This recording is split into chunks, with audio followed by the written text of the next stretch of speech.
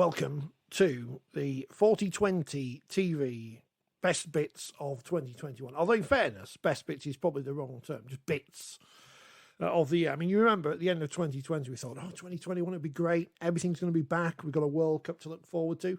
And, well, Women's Super League was back. That was good. Championship League One return. That was good. Fans were back. That was good. The World Cup didn't quite happen. But as it turns out, and we were angry at the time it got cancelled, it may well be for the best. We'll talk more about the internationals in a bit. If you've watched any of 4020 TV, you'll know that it's been an interesting year. It was 2021. I didn't get out as much as I would have perhaps done in the past. The Zoom press conference is coming to an end, although, it might be back. And we started the year on Skype as well, because we weren't allowed out of the house. But we did start the year with one of the big stories, although not as big as we imagined at the time, a coaching departure from Castleford. Not that one. We'll come to that in a moment. One other departure I need to mention, and you've mentioned the Women's Super League coming back, and those opening round fixtures, I tell you what, they could be brutal. They in terms of the results, because the way they've fallen, they could be brutal, because we know there are some big clubs in the Women's Super League and some not so big clubs, and all the big clubs aren't playing against each other in the first round, which is interesting. But one big departure on the eve of the season is Lindsay Anfield from Castleford. Led them to 3 of the last 4 finals. League leaders showed last year, 2019. We just forget 2020 happened. Obviously, you can say, well, they got to those finals, but they didn't win any of them. But they were involved in all of them and competed. She's going to be a massive loss for Cass, who obviously have to replace her on the eve of the season, and obviously part of the England coaching staff. So whenever she does feel like she wants to get back in the game, she will certainly have plenty of offers, you would assume, from around the league. I think the reaction of all of the players that have been under her on social media tell us everything. That clearly there was almost despair from a lot of the big name cast players, saying how much of an influence she's been on their career, how the side reflected her as a person, how much they were going to miss her. I think that's a massive testament to her. I think she probably will keep the England role leading up to the World Cup. Yes, yeah. Which is important, because I think when we spoke to Craig Richards, he'd impressed upon us how important she was to that setup, and so close to the players and understanding of their needs. So I think that England's World Cup chances are enhanced by her staying in that role. It'd be very interesting to see how Castleford appoint at such short notice. It's a blow for Cass, clearly, and I hope that there is somebody who is going to take up that role that will have an instant impact in the same way that she has had. It's a tough act to follow, for sure, and I think those close to the women's game felt that it also came as a shock. I don't think anybody saw that coming. No, I think I remember her speaking after the Challenge Cup final at Bolton in 2019. I think she was almost not surprised at the level of interest, but the amount of, I don't want to say pressure, it's the wrong word, but the level where Women's Super League is and is expected to be compared to perhaps resource and time and money and everything that goes alongside it. We do almost expect the players and coaches to do a lot for very little, if not anything. To try and put it that way, we're asking them to act professionally and not recompensing them as such, which I think is an issue, which it's a difficult one to broach. I know the BBC on International Women's Day did plenty of things about the gender pay gap in sport, and it's a difficult one because money has to come in from somewhere to pay for professionalism, and it's where that money comes in. But you would hope that clubs will have seen in the last few years there is something that can be done with women's rugby league, that it can be some kind of spectator product, that it might be able to be monetized in the future. And if You can make money, the players can make money, everyone's happy. I don't know how far down the line that is. I don't know how much money that is. I'm not saying any women's players are going to be getting paid $1,000 a week or whatever, but it's still better than nothing. I think there is an understanding out there now of the value of women's sport, and that value hasn't yet been commercialised. But I think, hopefully when the season does get back, and maybe towards the end of that season when crowds can get back, I think sponsors and partners will see the advantage of tying in the women's game with the men's game, with the wheelchair game. And that's why, this World Cup and the PDRL one that will run alongside it is so important for the sport. It's not just about the exposure on TV. It's about, we played the inclusive card a lot, and we can go out there and prove it. And, Lindsay needs to be a part of that, and the work that she's done needs to be remembered in some material way down at the jungle, and I'm sure they will. But they've got a big decision to make, and I don't know. Would you think that would upset Castleford's preparations, or because they've got to be one of the favourites this year, and haven't had a huge turnover of personnel, and have played so well over the last couple of seasons that we've been allowed to have. I would think that the pressure is on them now to turn that into silverware, and the person who was tasked with doing that is not going to be part of their setup. So I just wonder how that's going to affect them. There's almost a mirror with the men's team in some ways there, that that's so close but yet so far is now a season whereby the men's team have to deliver as well on something like that. So interesting times down lane. And of course, that's before Lindsay Anfield moved to York as head of women's rugby, director of women's rugby, whatever the job title was. I've done no research, as you would know. And lots of people followed, not just from Castleford, but from Bradford and Wakefield and all over the place.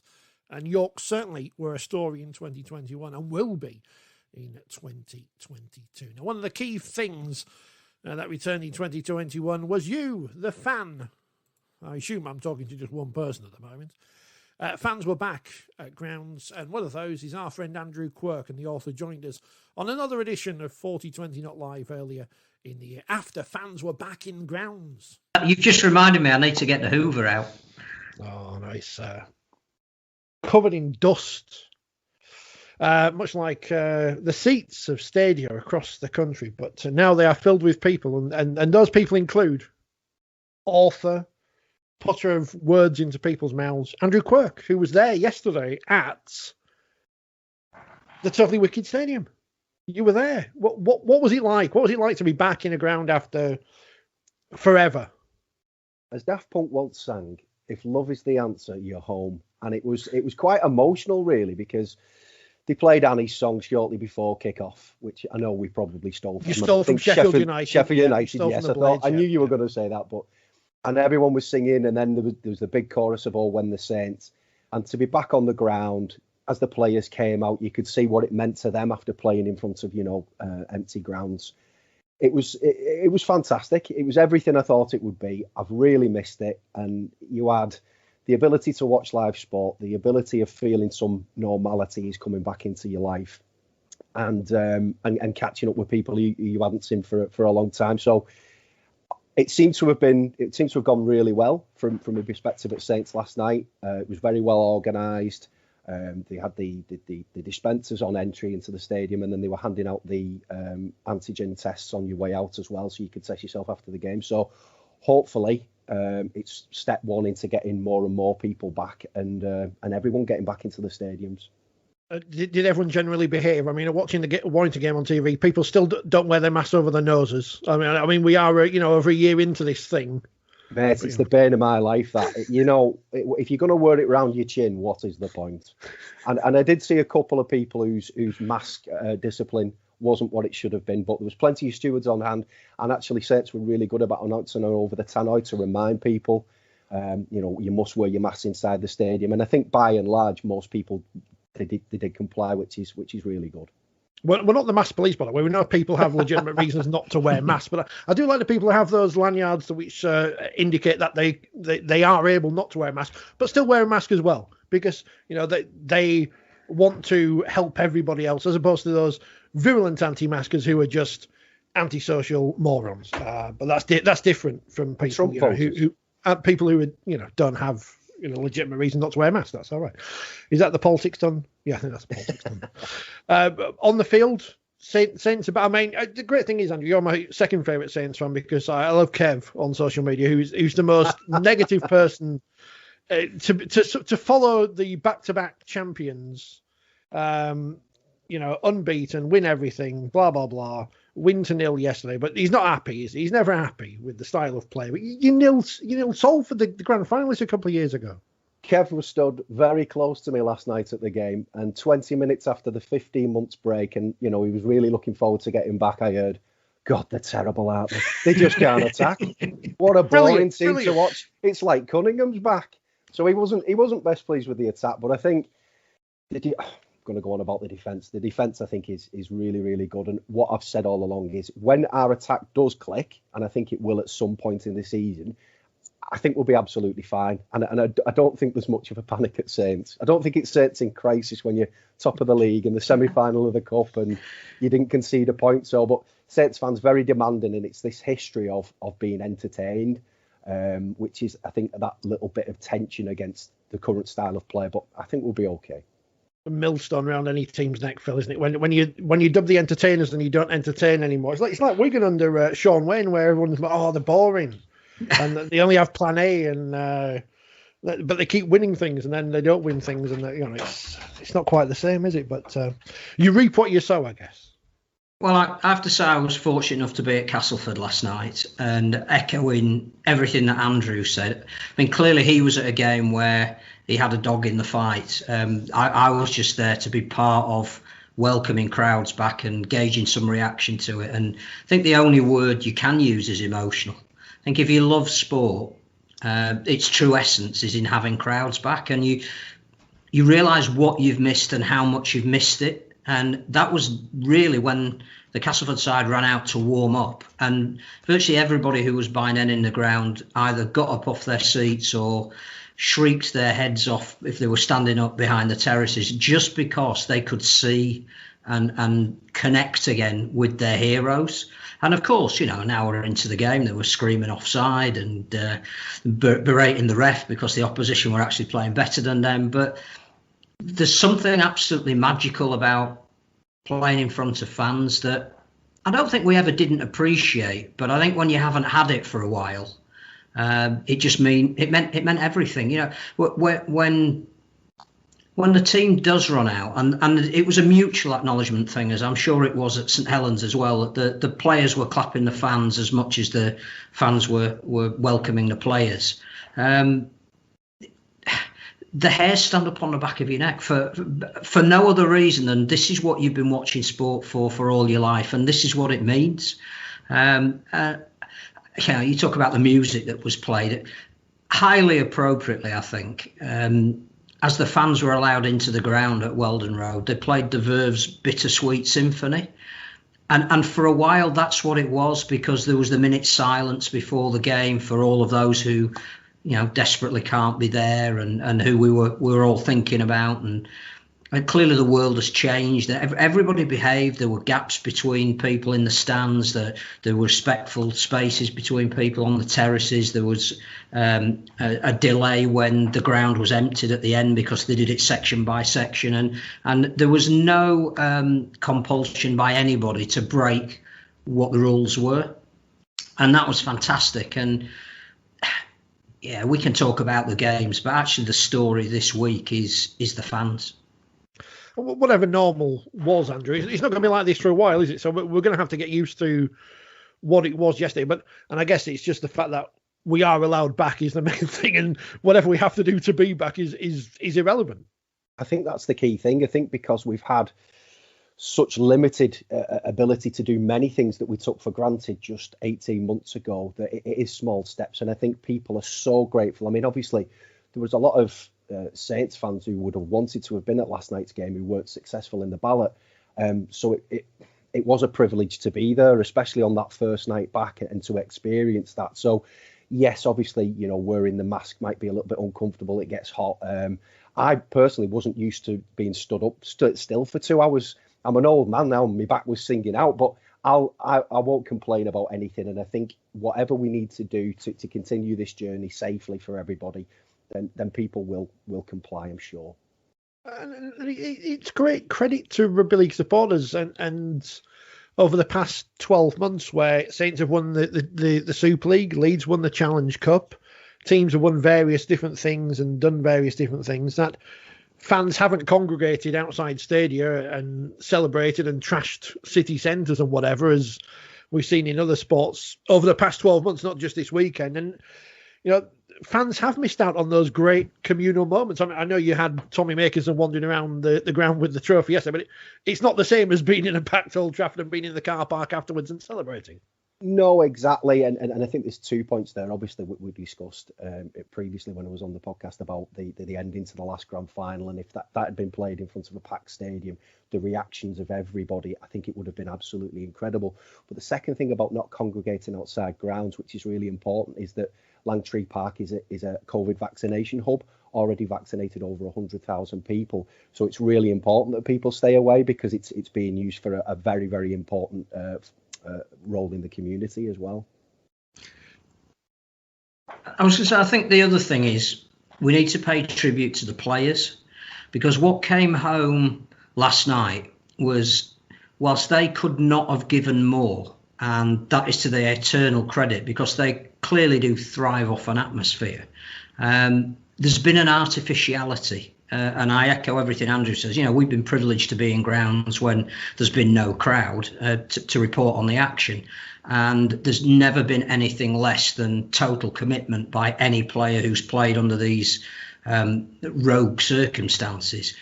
But the game was different last night because there was an interaction that we haven't had. And it was lovely not to hear the players, that they were drowned out by the chanting of songs. But I tell you what I miss more than anything, humour, because this has been such a dark and tragic time for so many. But you forget just how funny fans can be, and spontaneously funny. And just even as the sides lined up last night, Hull KR were kicking off towards the Weldon Road end, where those passionate Castleford fans who always start singing "Get Into 'Em" immediately they're on the defensive are. And I think Cass were kicking off to that end, and Ryan Hall was lining up in front of those fans, and they came up with an absolutely hilarious chant for him, which I won't repeat because it wasn't for an audience that may well contain people under the age of 18. But not only did he laugh, but he stuck his thumbs up to the Castleford fans, because they'd found something to try and put him off, but actually that was very, very funny. It revolved around "You're just a fat Leeds reject," and you'd suddenly realise that's what you've missed. And it, clearly by the end, those who have got in have forgotten that 14 months of waiting for that opportunity doesn't mean that they can't vent their opinions on what they've seen, and absolutely they should.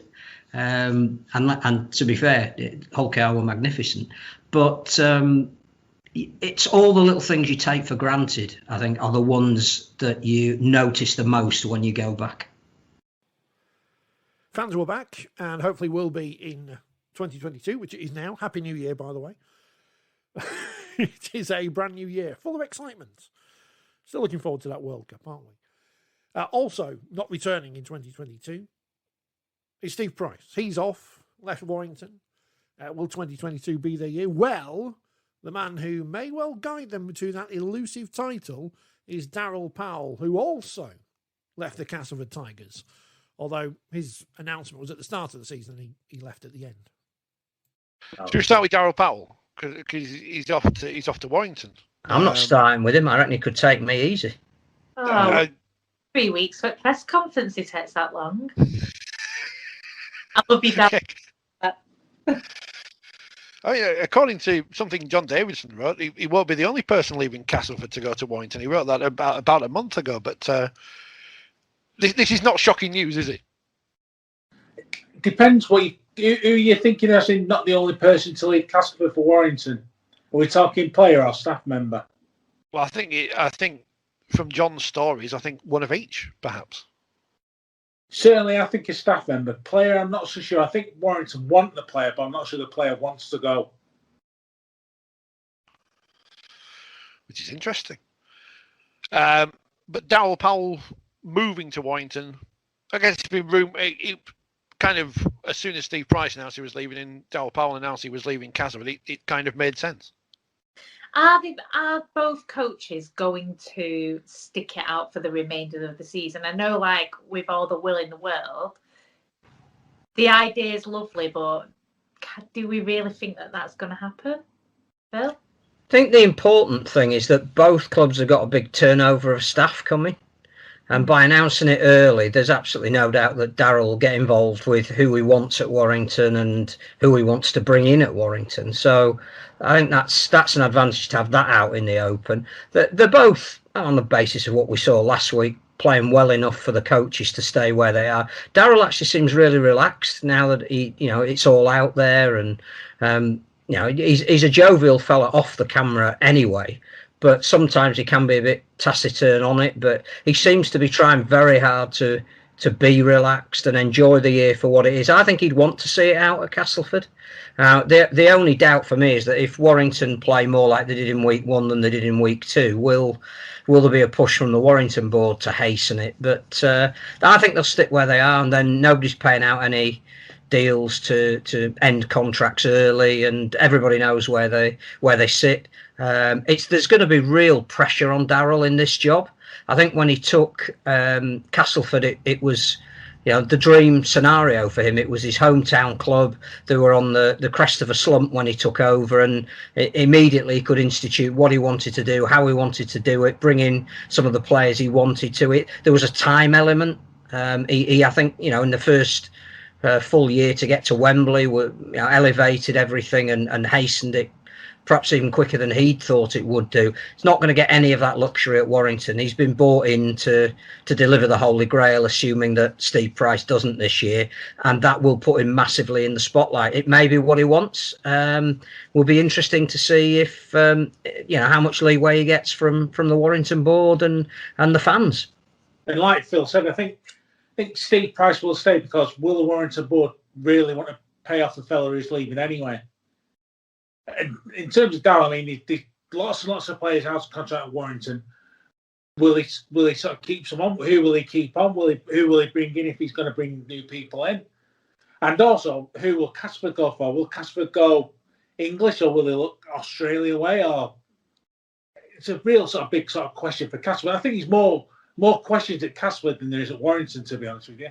I think Gary's absolutely right on that now. There are quite a lot of players out of contract at Cass as well. They need to get somebody announced and involved in the process of retention and recruitment ASAP.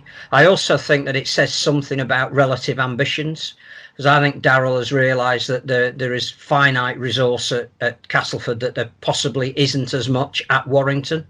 And if he is going to build a team in his image, he is going to get some players in either from his current club or wherever he thinks that the gaps are at Warrington. He's going to get the resource to do it. I'm not sure that Cass are in that position at the moment. So I think the spotlight now well and truly is on the Tigers. We'll talk more about the domestic game later, but let's have a look at the mid-season internationals, which were very exciting because England took on the combined All-Stars, the men that is, which include people who played for England in the past. But they got a nice kit. It's on sale for £20 right now. I'm still waiting for it to go down to about 15 before I finally push the button and purchase it, unless someone wants to send me a free one. We are one of these internet programs where no one sends us free stuff. I don't know what's going on. I need to up our game. But England's men took on the combined All-Stars, and before the match, our man Phil Kaplan, he got 2 and a bit minutes with Sean Wayne. Just a couple of questions, if you don't mind. You've got genuine competition for places in a lot of positions. Are you prepared to play players out of position to get the team that you want? Yeah, good question. I'm not that way inclined unless I really have to. I think at international level, I like to pick players in the best position, if I'm really honest. If we have a few injuries at the time of the small game or any game of the World Cup, I will do that, but I'm not that way. I like playing players in their position. And just in terms of one player, I know it's invidious to pick anyone out of those you've chosen, but James Roby, coming towards the back end of his career, is still putting in stellar performances. The rule changes again seem to have suited him. Do you think he might have played his way back into contention? Absolutely. You look at his stats, Phil, and his stats are through the roof. And this lockdown, the gaps, what he's had a long pre-season. He's lost a year, so he's probably feeling as good as he's ever felt. He would have played in every season. He would have played with injuries in every game. And imagine that, playing a game like Rugby League with injuries, and that's what he's done. And this will probably be the first time in his career when he's never done that. And you can tell his form is fantastic. But so is Paul McShane. We've got Darrell Clark, it's in good form, and Josh is in the NRL. So you bang on. We've got some great competition for places. And I hope my job in October is really hard. And I hope everybody's fit. And I hope I'm going to upset a lot of players. I'm picking from a really fit squad. But James Roby's been outstanding. And just finally, I know you've got limited time with the players, so it's going to be hard to train for two different sets of rules, perhaps. When would you hope that you'd get clarification on what the World Cup is going to be played under? Very, very quickly. The sooner the better, if I'm honest, Phil. But there's a lot of things like a world-class standard, what we're talking about with England, what the players need to get up to, and we're showing data to the players, we're showing footage, to show exactly what we mean. So we've got lots to work on and lots to do. We're running out of time, and I need to use that time on the field wisely. So when we get to know the exact rules, what we're playing under, then we'll jump on that when the time arises. Now, thanks to the unique design of Langtree Park, or the Totally Wicked Stadium as it's called now, it's very hard to do a press conference for a match if you're sat in the stadium. So Lucky on Me was at home because I didn't bother going to St Helens for the double header. So while no one could get decent signal up in the press box, I had to lead the presser for the men's game, the women's game, I should say, between England and Wales. In a moment, we'll hear from Thomas Brindle, the coach of Wales. But first, here's the England boss, Craig Richards. Massively proud. Like I say, it's been quite a journey. 3 months ago, we had to kind of start again. And to put that performance in for those long periods of time, massively proud. For 25 minutes, we competed in the first half, and for 30 minutes, we competed in the second. So, yeah, every one of them has been a credit to themselves, the families, and the country today. Obviously didn't get to see much of Wales going forward with ball in hand, but defensively, to keep England to 60 points is a fairly decent achievement in your first proper test match, so to speak. Yeah, I think so. Like I say, for long periods of time, we competed. I think we solved a lot of their problems. We knew what they were going to throw them, and we had our structures to try and resolve that. If I say we took a look at a bit of context, 24 months, a lot of these have hardly played a game or 1 or 2 games. So I think that got the better us a little bit with just a bit of match fitness and match preparedness. But when we was in there, I thought we did a great job of handling, I say, a strong England side. I think there's elements of that performance that I was really pleased with. As a team, as a squad, we've tried to pride ourselves on defence first and foremost, because we're a big believer that a defence is what will win us the World Cup. And from a defensive point of view, I thought we handled everything that got thrown at us. But more than that, I thought we were willing to work hard on and off the ball defensively. In attack, again, at times scrappy, and it feels strange saying that when you scored so many points. But it kind of showed what we can do as a team. We've got a lot of talented players that are willing to work hard, and even though we've left some points on the park, as I would like to say, we've also scored a lot of points. So for me, it's about glass half full, and I've come away quite positive. You've heard from the coaches. Let's get some reaction to that England versus the combined Nations All-Stars match on another episode when we're actually in the studio on 4020. England men taking on the combined Nations All-Stars. I don't think they needed to go the whole... Well, Jake Connor, he's celebrating his Trinidadian heritage. I can't even say. We know why he's in this. You don't need to... Cruz Leeming's only there for his Zimbabwe. No. Swaziland, Phil. He wants to play for England in the World Cup. You don't need any because everyone knows anyway. But regardless, didn't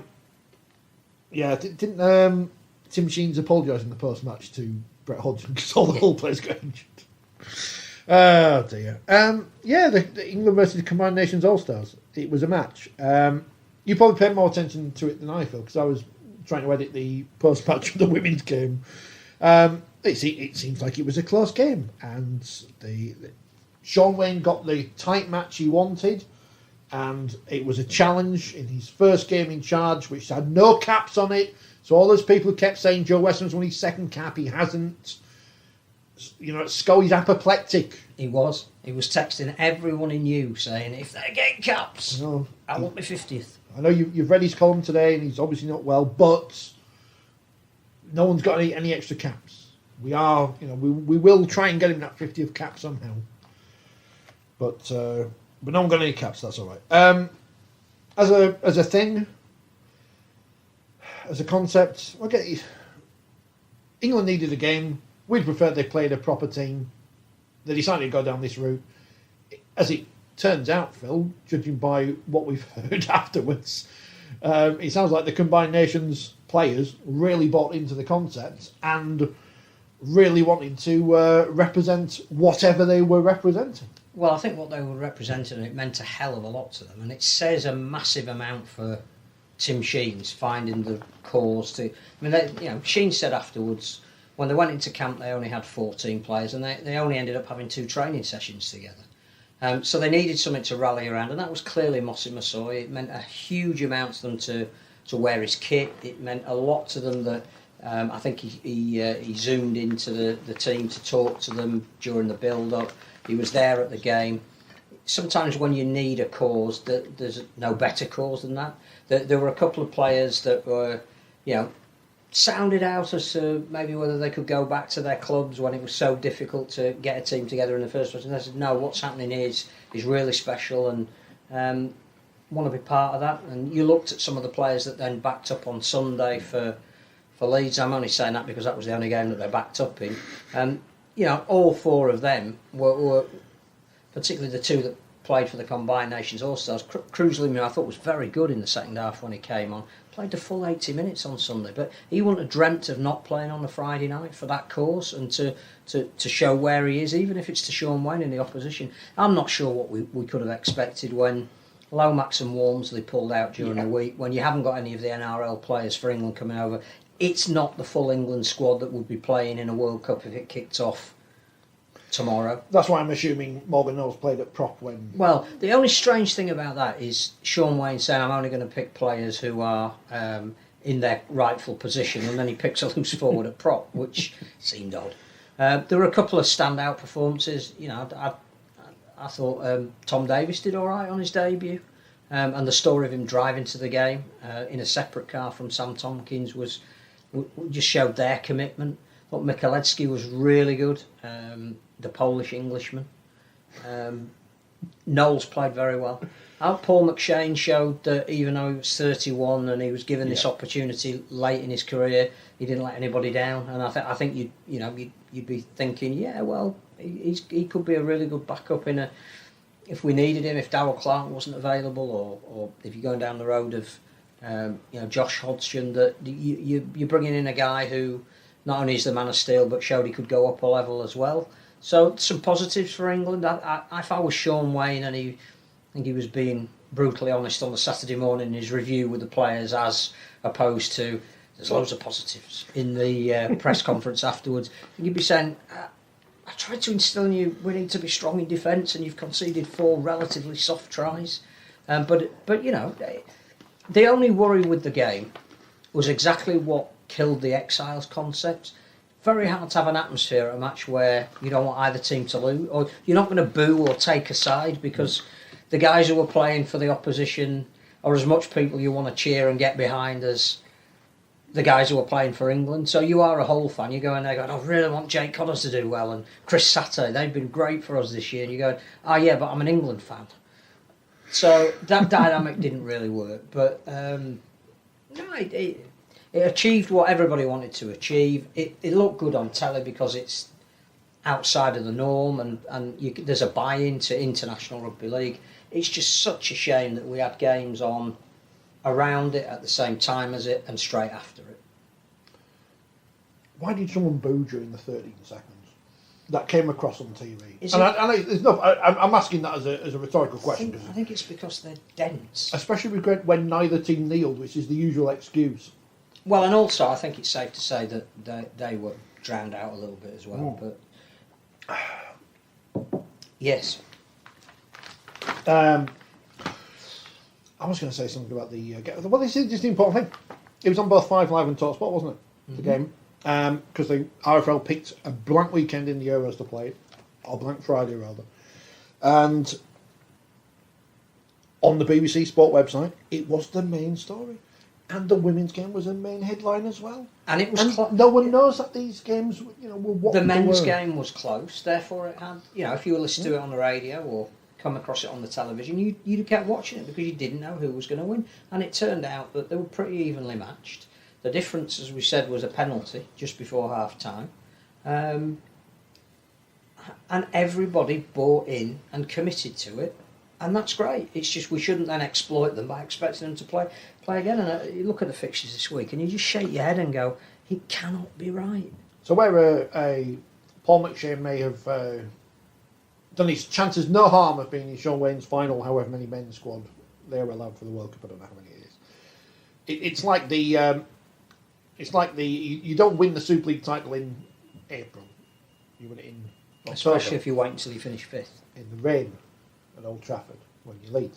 But some players may well have played their way out of the thoughts of Sean Wayne based on one performance. Well, you can decide at home, and not like you're Sean Wayne. And I also think as well that in some of those positions, it's fairly obvious where those who played on Friday probably won't figure further down the line. But no, it was a competitive. Reece Lynn, your very own Reece Lynn, who I think if Reece Lightning, if they were going to draw up, let's say, 22 players to be in a World Cup game tomorrow, may not be in it if everybody's fit. Did really well. He'd be on the probables this morning. Yeah. Possibles. Didn't do his case any harm at all if the 2 or 3 people who you might think were in front of him ended up being injured. Anyway, it was all a waste of time because it wasn't in the papers. So that was England versus the All-Stars, which may well be back or not. Who knows? I don't know. Would you have? But there's no point in saying would you have it back again as a concept because we're in favour of playing actual internationals against actual teams. So it's not that the concept with caps. It's not that the concept in and of itself is a bad one. It's just we prefer a different one. I think, again, you've got to look at history and say, why did the Exiles not work? And it didn't work because by the end of it, it wasn't a contest. So this is a one-off in a, hopefully, World Cup year. It worked. But I think, if we're talking about a genuine international calendar moving forward, you've got to hope that, assuming the World Cup goes ahead, that we will see an Ireland team, we will see a Scotland team, we will see a Wales team, and we'll certainly see a much better French team, that they need fixtures going forward, and they need them against England. Well, as we reach an hour into the programme, it's now time to upset everyone as we look at the actual fixtures that happen involving teams that aren't England. And I am interested that Andy says he's glad England got beat. Why is that, Andy? What don't you like about England? He might be Scottish. It might be. That's true. Maybe it's from the Combined Nations All-Stars. So it's an indifferent Friday night, but it was a good Saturday lunchtime in Sheffield because we went to the international between England and Wales, the Wheelchair International. First time I've ever seen Wheelchair Rugby League live in the flesh. And boy, is that some experience. I don't think you ever get over the clank noise when the chairs bash into each other, nor the sheer skill on show on the pitch. Let's hear from 3 people involved now, including the England captain, Tom Halliwell. You'll hear from Wales's Jodie-Ann Boyd-Ward as well. But first, here's a man who was the man of the match. Well, player of the match, I guess, because it's mixed teams, isn't it? It's Nathan Collins. Nathan, congratulations for the match performance. How did you feel you played today? Thank you. I thought I played all right. First international game back in 2 years after we played in Australia. So, it was good to get the English shirt back on there, get back out there with the team. How's it been having the ability to play for a couple of years because of COVID and everything? It's been a long way, but the coaches have done well getting us prepared, and even doing home sessions on Zoom and stuff like that. That's really helped us to get to where we are today. And as soon as we got the chance to come back into training, we're straight back into training, and it's helped us really a lot. So yeah. Just the one goal kick missed as well. Yeah. Is that the only part of your performance? Yeah, I didn't have enough room to kick it on the side, so I didn't have enough of my normal routine to push through. But yeah, I missed one. But yeah, it's all right. How do you feel the team played overall? Obviously, on the scoreboard, it looks like a big result, 102. Well, I didn't even recognise score. I didn't even look at scoreboards. I looked at the clock on that last kick, but I didn't know what score was. But yeah, the team worked really hard. So going into the World Cup, that's an important performance for them. Yeah, it's just one step towards the World Cup. This is helping us prepare to get to the World Cup stages and hopefully progress through to the semi-finals and finals. But yeah, today all the boys put an effort and from head to boys. I'm playing in front of the crowd here today in Sheffield. How was that? It was really nice to get a crowd back. I haven't played in a crowd since like Australia in front of sort of Australia game. But all fans were great. Getting behind us all the way. So yeah, great to have fans back. It was definitely an experience. I think we worked really hard. In the first 20 minutes we gave it everything, and I think we shocked England a little bit. We're just learning how to play as a team, and we've had a few new additions into that team, including myself. So actually, I'm quite pleased with the performance that we've given, and we know what we need to have a look at and work on, ready for the World Cup. And changing nations, how did that come about, and how did it feel lining up against some of your teammates? So the changing nations was something that I thought about for a long time. I just wasn't in the right frame of mind to be within that setup at England, unfortunately. And it took a lot of speaking to various people to make that decision. Today, as you may have seen, what happens on the pitch stays on the pitch, and there's a few pushes between myself and Tom Halliwell and Simo, and it's the first time we've competed against each other, and I actually really enjoyed it. Don't get me wrong, I'm going to enjoy next weekend when we're competing together in Challenge Cup final, but I can't complain. We both, as different sides gave it all, and as, Leeds teammates on different nations, we did the same there. How do you feel like going into that World Cup? Obviously, it looks a big scoreline on the scoreboard. I've got no idea what that reflects in terms of wheelchair ability. It's the first game I've ever seen, so I've no idea if that's a big score or not, or how it reflects in terms of anything else. I mean, it gives us a starting point. Obviously, we've not played England since Tri-Nations 2019. And even then I was on the England team then, so it's a bit, we've got a starting point to look at where we want to be. And I mean, the score I think doesn't reflect the rugby that was played. There were parts where we could have been a bit tighter in defence, and unfortunately we weren't. But again, as I keep saying, it's the first time we're facing England, first time I'm facing England. So I don't think we did too bad, and I think it's given us a lot of things to think about, come back and regroup and work on as a team for that World Cup and for the teams that we've got in that group. I know we're trying to outdo us in the stands. In terms of, I know Wales did beat England, they were certainly in terms of the anthem singing, gets the hairs on the back of your neck standing up, doesn't it? Yeah, absolutely. I mean, don't get me wrong, learning the Welsh national anthem has been hard. Apparently, with my condition, every time I learn a word in a different language, I lose one of the language. The last few weeks has definitely been interesting. But, we aim to go out, give it everything, and I think we did. We gave what we could, worked for each other. I can't ask for any more as part of the team. For those who are watching at home, and for those in the stands who are watching at home, what do you think they'll say to this?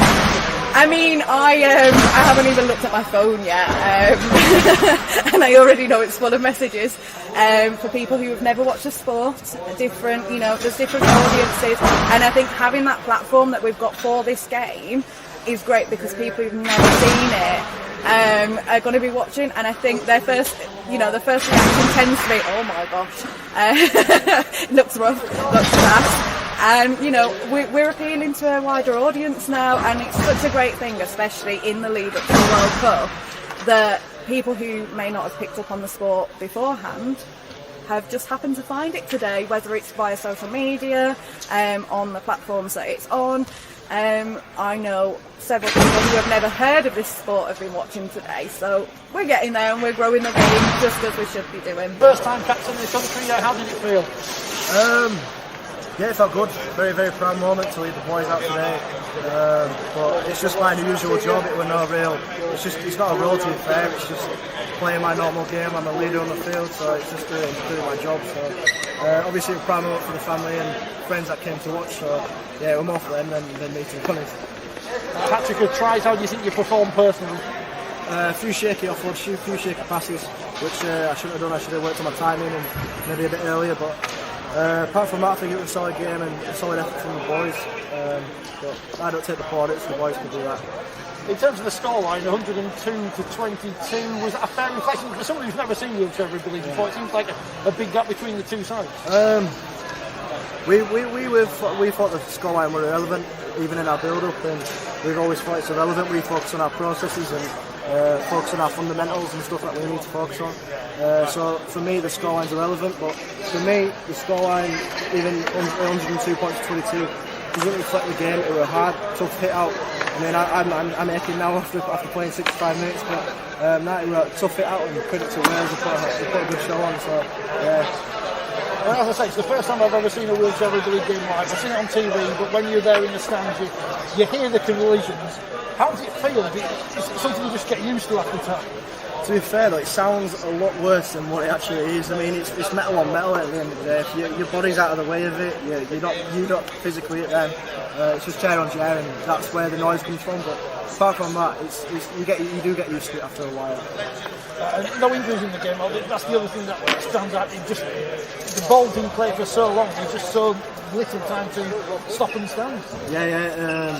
Sometimes you have a little aches and pains and stuff, but luckily for the backroom staff, we've got physios and doctors and stuff that help us out and help us recover. But you just have to be fit. You have to be fit to play this game, and there's so many back and forth because it's that quick, and 1 minute past and you have to change. So yeah, you just have to keep on top of it and keep looking around and keep fit. Finally, how good the game was that in terms of building up to the World Cup? Yeah, it was needed, very much needed. To go into a World Cup without a game would be extremely hard for us players to be able to see where we're at. But with this game, we've got a pinpoint of where we're at and where we can progress to come November. And November's coming up thick and fast, so we need to make sure we're on tip-top form come the World Cup. 2021 was a great year for the wheelchair sport, with the internationals as we saw on the BBC, the Challenge Cup final on there as well, and the grand final live on Sky. Just further proof that every other part of rugby league, as well as the men, is growing year on year. And long may it continue. Now, one of those parts, of course, is the women's game, which we have championed long and hard here on 4020 TV and in our past life.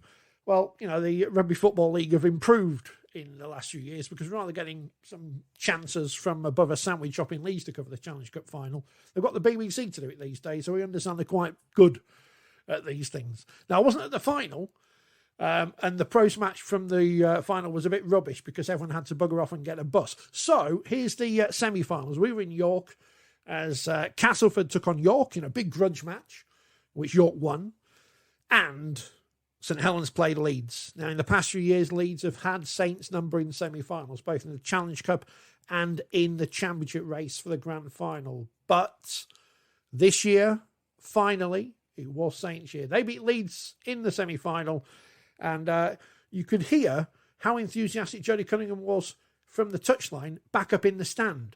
Thankfully, I was down asking the questions to her. Jodie, congratulations. Challenge Cup finalist. How does it feel? So good. It's so nice to hear you say that. Challenge Cup finalists. We came short in 2019. We knew we could do it in 2020, and it was taken away. So this year, we absolutely were 100% focused on making sure we got to that final and lifting it in the end, but we're one step closer. The girls are absolutely outstanding. They're so buzzing in that changing room, singing their hearts out, and we deserve this. We've worked really hard over the last 18 months. We're about 20 minutes after the game's finished. Now, when's this adrenaline going to wear off? I'm not sure, but when it does, I think I'm going to be in pain, because that was a really, really tough game. My body took a bit of a battering. We knew it would be. Leeds are a tough opposition. They've got some quality players, but You know, as a team, we knew we had the quality to win today. We just had to stick in, cut out the errors. We had a few in that first half. We got a bit ropey and just said we need to be more patient with it. Our defence was really strong, kept us in it, and then we've got the talent to score the tries, and they went on and did that. So brilliant. Really intense, entertaining game. You used to say the defence was the key there, and you gave Leeds so few chances throughout the 80 minutes. I think so. Yeah, I mean, like I say, they've got dangerous players, but I think we shut them down because we didn't give them enough time to run at us. Our line speed was brilliant, our initial contact was good, and then we controlled the floor, so they were playing off slow rucks all the time, and it just didn't give their danger players time on the ball. So yeah, I mean, our tactics worked well. Like I say, we shifted the ball a little bit, made a few errors in the first half, cut that out, and grinded out the win. What's the difference then between 2019 and 2021 in terms of Saints and being able to get that little bit you needed to get over the line in these big games against Leeds? Yeah, I mean, sometimes I think you've got to win some, lose some to win some. We felt how much it hurt to lose in those semi-finals. We were ahead in both and then lost it in the last 20 minutes. So we knew.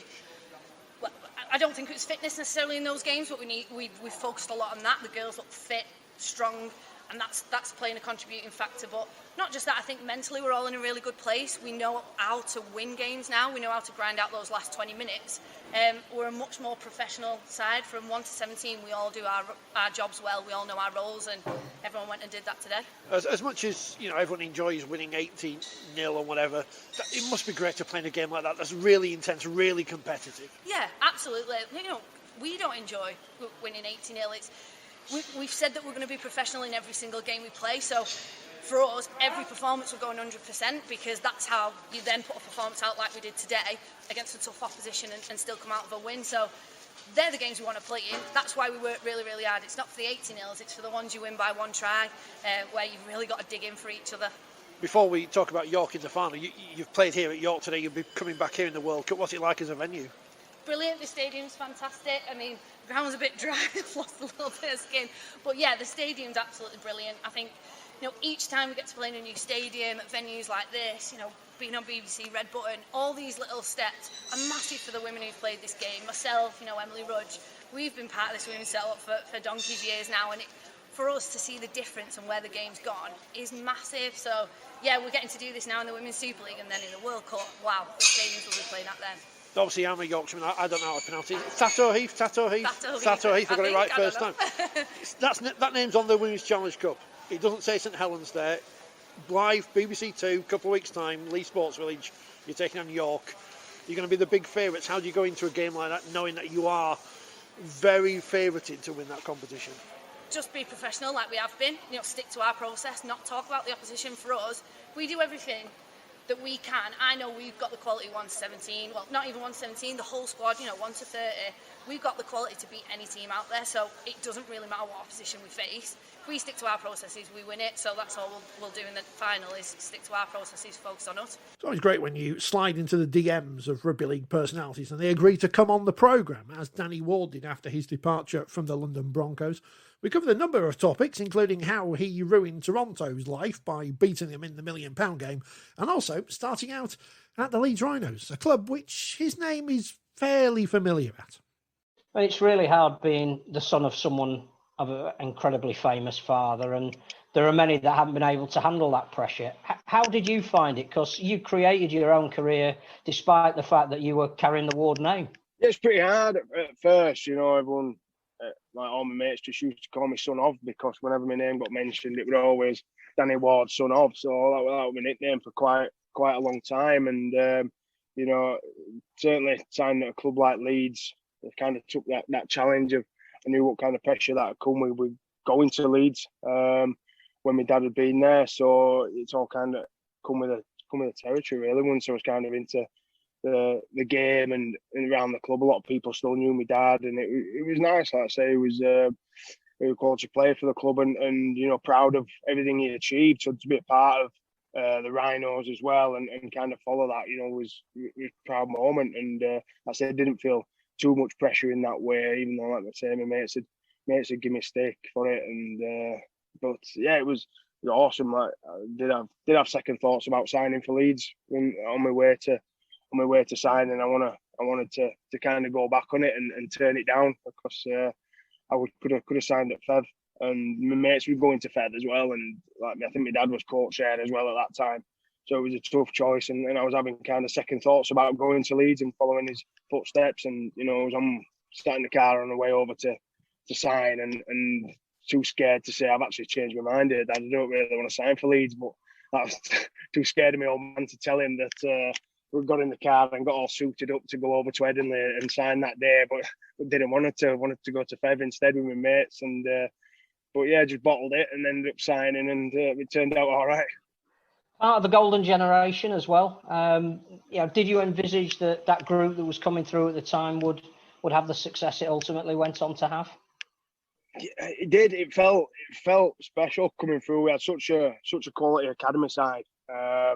People like Gaz Carvel, Cine, Jamie Jones, Buchanan, Disco. All these lads were just playing in the academy team together, and by the time we all kind of broke into first team, we'd already been playing about 4 or 5 years together, and win the academy championship. So we always knew, people, the lads around you, the strength, and how good a team that was. And we knew that transition to first team, if we worked hard, the next crop of juniors coming through, like your Robs and your Dannies, we saw them coming into the academy as well. And there was such incredible buzz around the place, even in the early 2000s when they lost a couple of finals in the Challenge Cup and got to the semis of the Super League.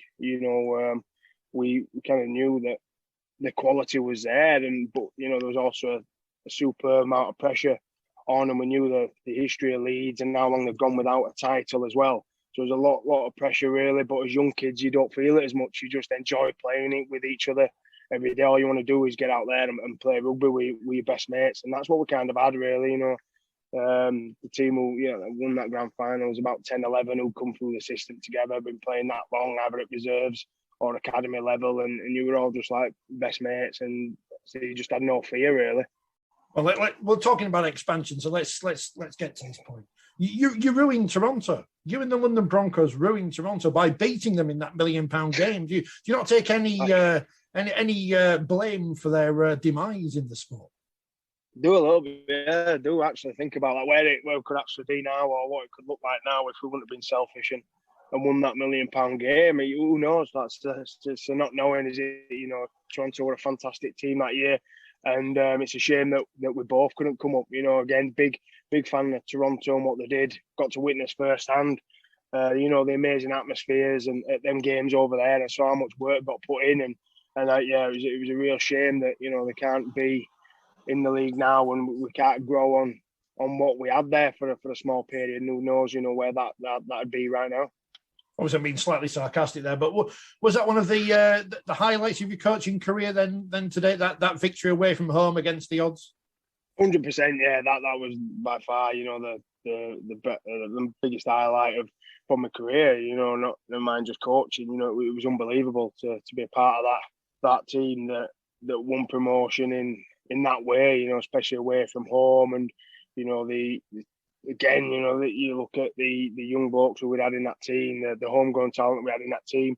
The group have been together for a number of years as well, and such a fantastic group of players to work with and staff as well. I'd seen how much everyone had put into that year, and to be a part of winning kind of a grand final at any level was pretty special. And to gain promotion the way they did, what an amazing time that was. And again, an amazing place to do it. Toronto, fantastic city, and a big crowd, and it was a fantastic day. We mentioned fans earlier. They were back at venues, and they were back at Wembley for a great day for the Challenge Cup and 1895 Cup finals. Before we get on to those, let's hear from Francis Cummings, who joined us in the studio earlier in the year to talk about his Wembley memories. What do you go through as a player in Wembley week?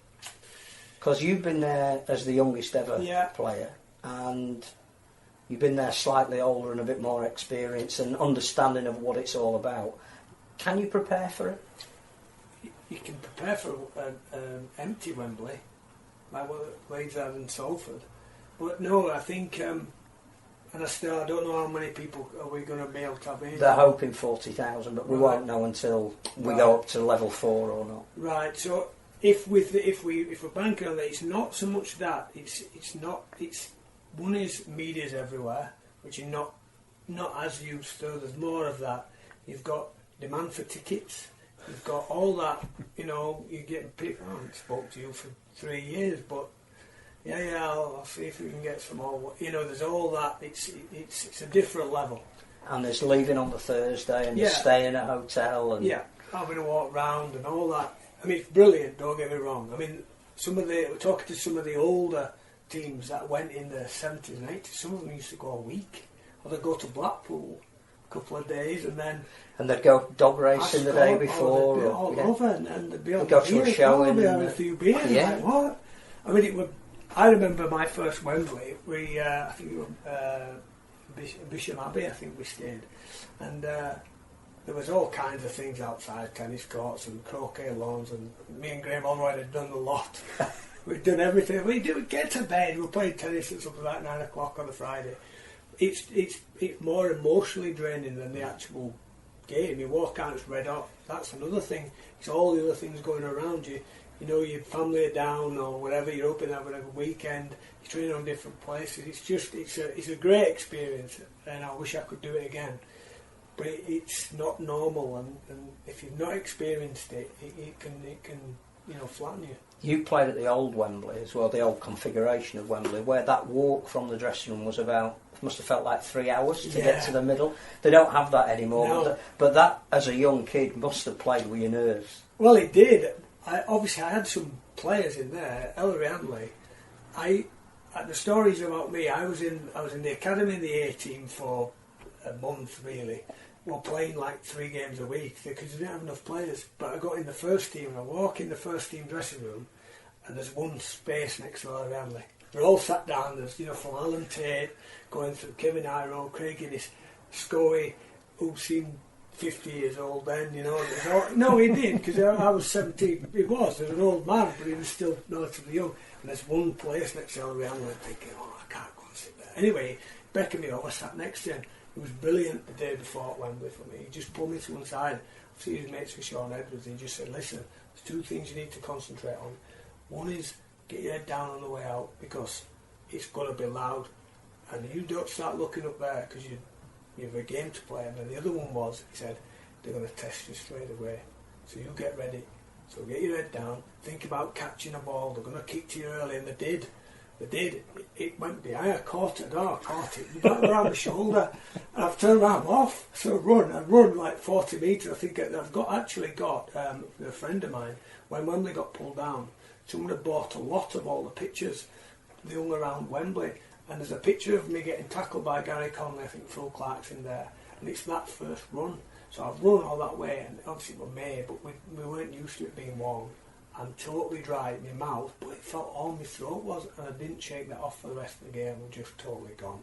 It's just like as if we were playing in 50 degrees. But Ellery were great. That said, get your head down, because you can lose it before you get there. Can't remember about meeting anyone or anything like that. Just kept your head down. Didn't know where the family was until after the end. But 17-year-old, great. You had enough energy to score a try. Length of the field. I can think of at least 10 people who want tickets from Featherstone anyway. So there's going to be no tickets left. I've got a cap already. Could you talk about how important the Challenge Cup is to places like Castleford? So, if we move on to York and Featherstone getting to Wembley as well, we've been banging on for however long we've been banging on. The Championship and League One clubs need a pinnacle to play for, and whatever you decide is the future of the game and how it should look and who should be in it and who shouldn't and who brings to the party and who doesn't. A Wembley occasion for York, who haven't been there since the 1930s, and Featherstone, who have one of the great cup upsets in their armoury. The fact that those 2 sets of fans will get a share of the tickets, no matter whether we can have a full stadium or not, how good is that for the sport? And they're going to kick off at midday now before the Challenge Cup final at 3. And I felt for the ones before afterwards. I think it can galvanise, because the thing that is huge about our game, and we forget a lot about it, is the tradition of it. How people used to, they'd go to the final regardless, the tradition of this. I know there's a million and one things more to do now. It's keeping that tradition alive. I hope it'll galvanise it won't the York supporters who made it at that time, but it will for these young kids to go, the occasion to go and watch this, and maybe they'll aspire to be there. I think whether we give, well, we can't, but whether we give 50,000 tickets away to kids to inspire them to, this is where we need to go, this is why I want to do that, and get them young, I think it'd be a huge thing. But brilliant for the, obviously them children will have a fantastic day out, and it's even better it's before, because afterwards. And you've got, I think we were the only people there, weren't we? Apart from fine, yeah, it was 7 o'clock at night. I think we nearly got locked in. You know. No, we did actually, yeah. But the fact that it's Catterford and Featherstone have got there, so you know the Featherstone fans that are in there first will either be supporting Cass against St Helens, or they'll be hang on a minute. more likely wanting them to lose. But it adds to the whole occasion and the atmosphere. It gives you a reason to stay after your team's played. And I don't know about you, but the last few years we've been down there, you used to love playing Spot That Shirt. And there was a rerun the other night of the 1992 Test match in Melbourne, and you're seeing Hunslet shirts and Oldham shirts and 8,000 fans there, and being part of something that for whatever reason we've lost at the moment, hopefully come back. But Wembley was that, I'll wander down Wembley Way and we'll pick out London Broncos and Workington and Whitehaven, and we've lost that, I reckon, because it's become a Super League game by another name with a trophy at it, and there haven't been enough teams that have wanted to be there or fans wanted to be there if their team wasn't. But if you add in the mix Featherstone and York, the whole occasion goes up a level. I think clubs like that always seem to make it better for me, whatever they are. That there might not be 20,000 of them, but you can guarantee that they'll be enjoying it more than anyone else. I remember playing first time against Wigan and talking to some of the Leeds fans who obviously had a great day and we didn't win. But we're almost looking at the Wigan fans who, because they'd been there for the last 9 years, it was just part of what they did. But and it was the pressure to deliver rather than the enjoyment of being there. They didn't seem to enjoy it. The Leeds fans were looking at them in the buses going, look at these, they've won. Look at us. But because Leeds haven't been there since 1978, but those groups. And I think that's why we need to encourage more of it. That, you know, I never went. The first time I went to Wembley, I played in it. I always give it to my dad, so I'm saying it again. He'd go with his mates when I were really young, and he said, right, we're going to go on the trip next year. Anyway, it got cancelled, so we didn't go. And I'm 34. Next thing, I'm playing. I took him. But yeah, I think it should be encouraged. And obviously, I know it's not going to be a full stadium as the tickets, but we need to think about how we do it. There's some really good stuff. When I was coaching at Junior Celtic, where there was almost a cashback offer to the clubs. It was brilliant, and we did it every year. It was fantastic. Now, when you're doing these press conferences on Zoom, and you know I'm very much the low end of the totem pole, everyone's asked all the interesting questions, so you have to go a bit left field, so to speak. So I asked the representatives from Castleford before their final with St Helens, not about that game, but whether any of the Fev fans who were there for the 1895 Cup final against York beforehand would be supporting their brothers from across the Wakefield district. You're in the big final, but before that, you've got your local rivals Featherstone in action. You're hoping a few Rovers fans stick around and support Cass. Obviously, be nice of them to support their local side, wouldn't it? I'm not sure if you know many Fev fans, but I can't see that happening. Do you know what, though? It should be a cracking game, York and Fev. So it's really interesting that they're doing that. And then when crowds finally open up and it becomes a real thing, hopefully in the future, that we can get full crowds and they add to the atmosphere even better. So obviously we've got Junior, who we spent a lot of time playing with, playing for Featherstone at the moment, playing outstandingly well. So obviously probably won't be watching much of it, but I'd be excited to watch it back after. You know more about Fev than most, and surely those fans will remember the job you did there and want to cheer your side on to victory, won't they? yeah, I'm not sure about that. I think, they've always been pretty good with me, the Fev fans, since I left. I mean, they always tell me they hate Cass, but they like me. So who knows? There's a great rivalry there. I'm not sure they'll be supporting us, but I'd just like to wish them all the best. I think they've done a great job getting there this year, and they'll be big favourites, I would think, against Charlton. I'm from Newcastle, where Mal really, he's very well respected there. And to be honest, I didn't know he was English or from Cass until I came to Cass. I seen his name on one of the benches down at Carlton Lane, and couldn't believe my eyes. So I remember messaging Piali and asking him, "Is this the same Mal really who, is from Newcastle?" And Piali texted me and said it was. So yeah, that was the day I found out he was English and from Cass. Is there a similarity between Newcastle and Castle then in terms of the clubs and how important they are to the fans? Yeah, man, in Newcastle, we're just they call us a steel city there. A blue collar town, one town team. And when you talk about Mal, really, you come through a kid learning a quote where the club's based on, and it's be the player that others want to play with, and I hold Mal up there, with the utmost respect, because he gets spoken a lot back home, and I don't know, it's just weird to find out he's from Cass, and I end up at Cass, and I talk to my brother who's at Saints now about him, and yeah, I get pretty emotional talking about him because he just means so much to us Nova Cassians back home, and what he's done for the club back there. Peter Matautia there with a story where he didn't know that Mal really was from Castleford. Anyway, back to Wembley, and here's some reaction from after the finals. In a moment, you'll hear from Christian Wolff and also from Darryl Powell after Saints won the Challenge Cup. It was a strange afternoon for me because I saw my nephew. He was sat in front of the press box. It was great. I managed to get him a Castleford flag. That was good. He's 8 years old, something like that. I can't remember. It doesn't matter. He's seen his team at Wembley. I'm 41. When am I going to get to see my team there? And also, in the first game, I got to see my cousin, well, kind of cousin, relation, play for Fev. How exciting is that? They beat York in the 1895 Cup final, and his reaction from both coaches, James Ford for the beaten City Knights and temporary coach for the day, thanks to the COVID. It's not James Webster, but Paul March. I found out on Thursday night that I'd be leading the team out and taking charge. Obviously, I've been off with COVID myself and come out of isolation on Thursday.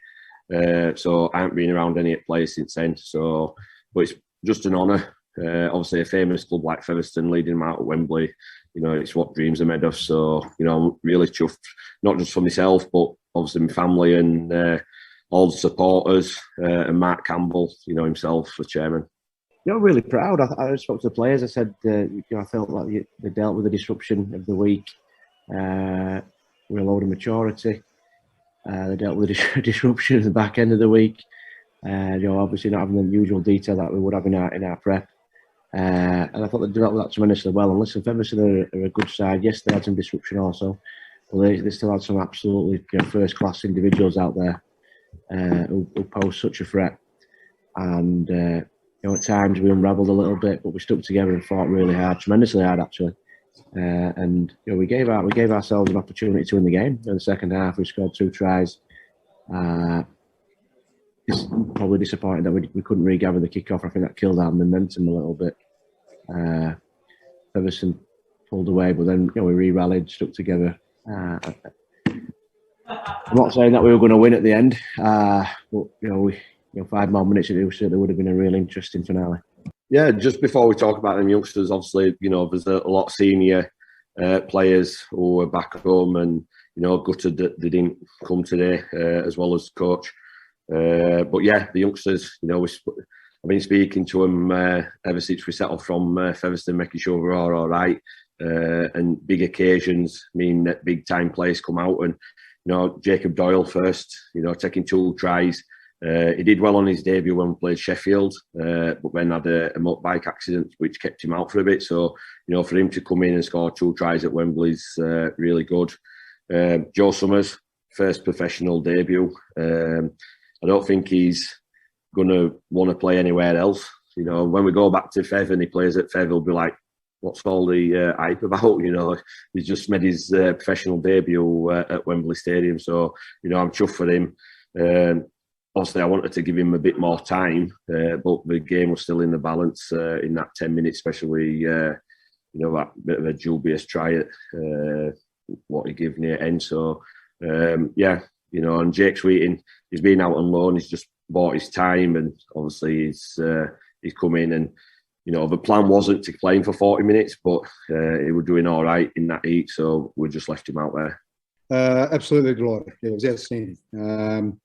We had to do it tough there. We had to do it tough in terms of a bit of pressure we put on ourselves in the first half, and also losing a couple of key players, and in particular Tia. It was quite obvious he wasn't quite right in the first half, and as a tough little bugger, he tried to battle on, but we were certainly under a bit of duress there and had to do it tough. And if there's one group that you want to be involved with in that sort of situation when they've got to fight for things and be honest and be really tough, it's this group, and they've shown that plenty of times. Oh, yeah. Obviously, really disappointed. I think the start to both halves I thought were really, really poor, and the second half. I mean, that try we conceded just after half time is. I mean, there's that many things that look like it was wrong with it, but. Anyway, that try, I just thought somebody had to go and catch that, and then the try that they scored down our left edge was a really soft try when Wellesby goes all the way across us, and we just I thought we played well, but we couldn't find our way through, and I thought they defended really well.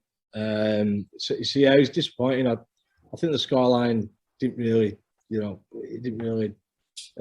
show the way the game went, but we had to start kicking off short, and we gave a lot of penalties away on the back of that. So yeah, disappointed, but just proud that we've got here. We had a real go today. I thought we physically put ourselves on the line, and they just got us. Defensively, I thought when we had good field position, they defended phenomenally well, and their scramble was great, and we lacked some composure and didn't really kick the ball. So yeah, disappointed in with quite a few bits of our game, particularly in the second half. I think going out, 6 points up and giving it away so quickly had a big part to play. I haven't quite got to the bottom of it yet. I think the injection might have gone a little bit wrong. Actually, he had numbness in his arm, and you've seen a couple of times he went to throw a pass and just didn't have the power and. Sort of had no feeling in his arm. So, look, as I said, I can't praise Tio enough.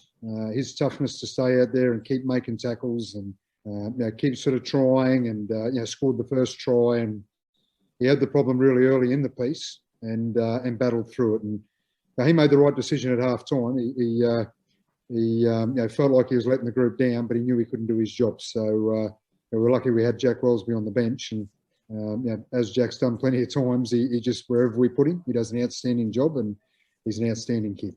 Let's talk more internationals now. Before those games back in the summer, whenever it was, we actually had Tom Coy, the England wheelchair head coach, on the show to tell us all about wheelchair rugby league and about the exciting new chairs they'll be playing in those matches against Wales and, of course, at France at the end of the season.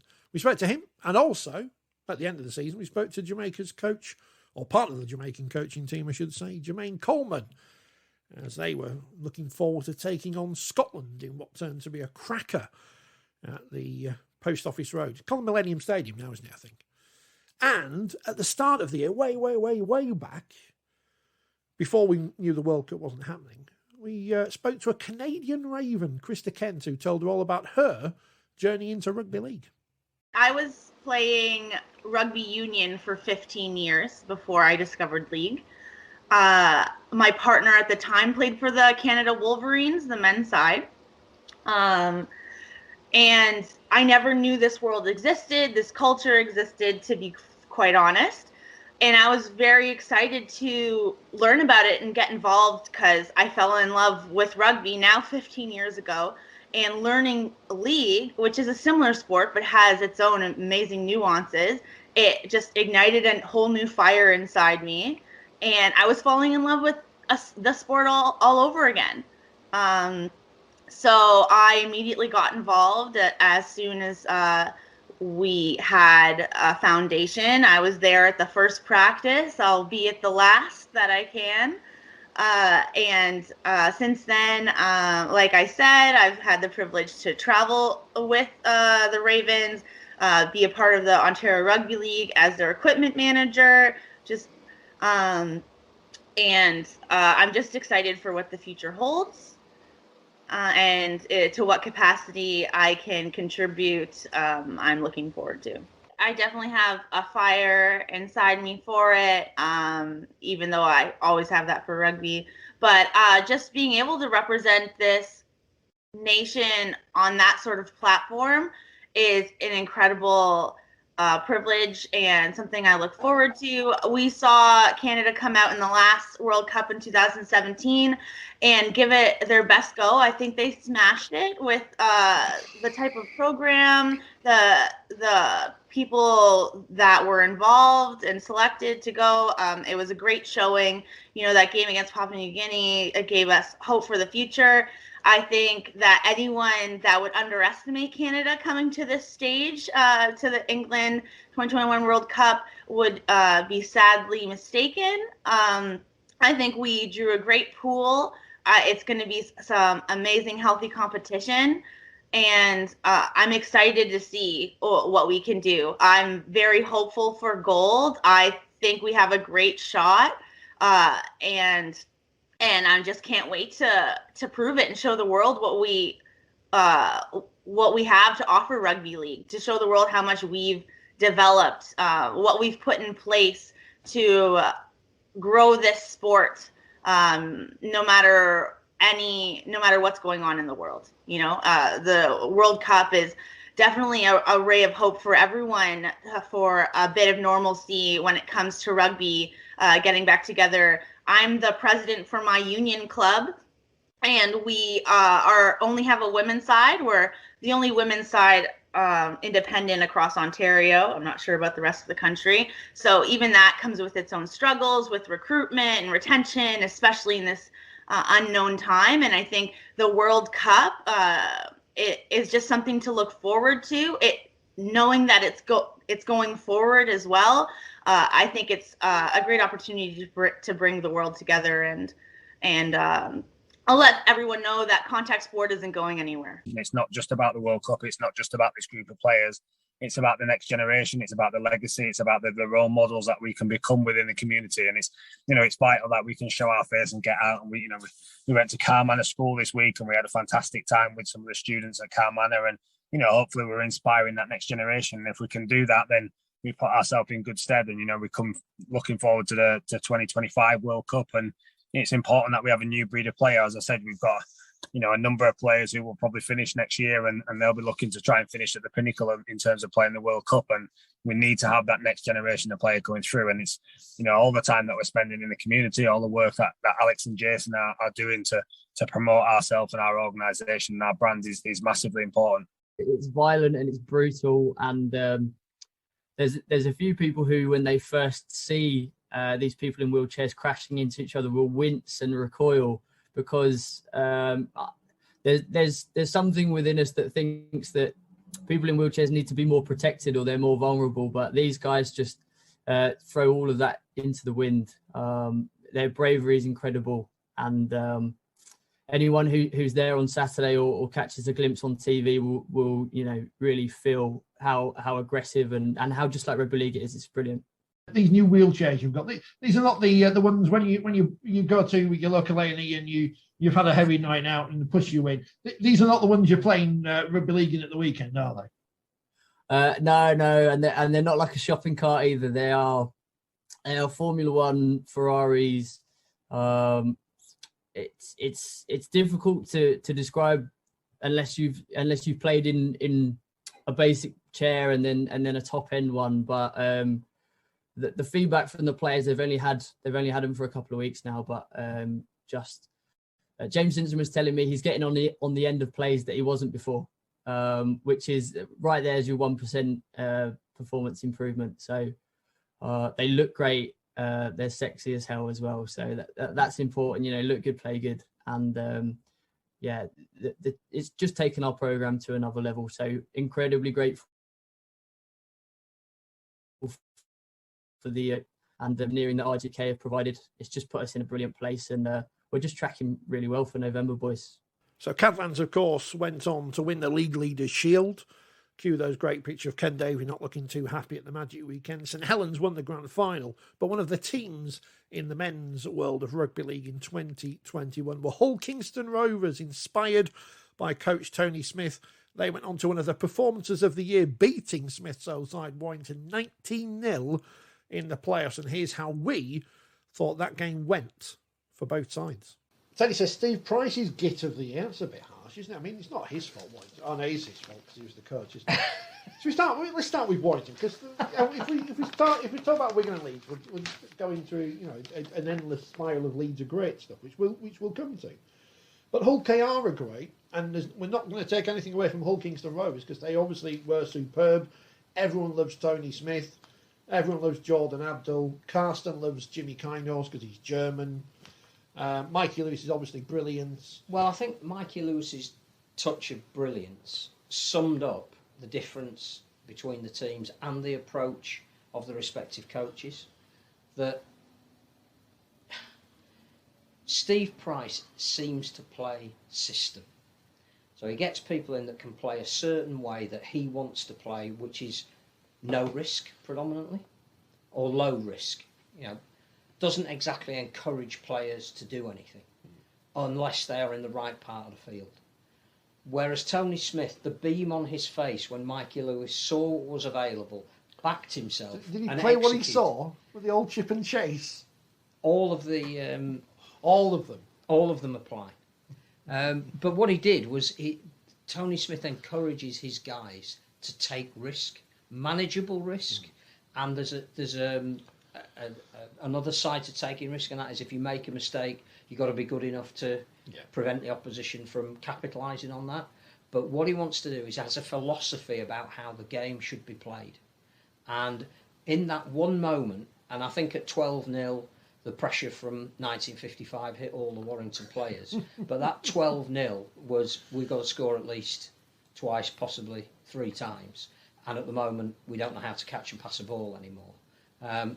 That shot of Lewis seeing what was available and pulling it off. And let's face it, if he hadn't got the bounce of the ball and caught it, he would have still been surrendering it in the right part of the field, or they could have got a drop out. He saw that there was something on, was it the second or third tackle of that set? And he went for it and it came off for him, and we all leapt out of our seats, and Tony Smith beamed and looked at... I wonder what Lee Breers thought as part of a coaching staff that he's now leaving, where he could see for the 3rd year running they were playing at home in the playoffs, and the weight of expectation was weighing so heavily on those Warrington players that they started playing uncharacteristically, whereas Mikey Lewis, the young, fresh-faced, impudent halfback who's had to bide his time and learn his trade, but was thrown in and given the opportunity, is coached by a guy who every day in training will say, if you're going to do it to our advantage, not disadvantage.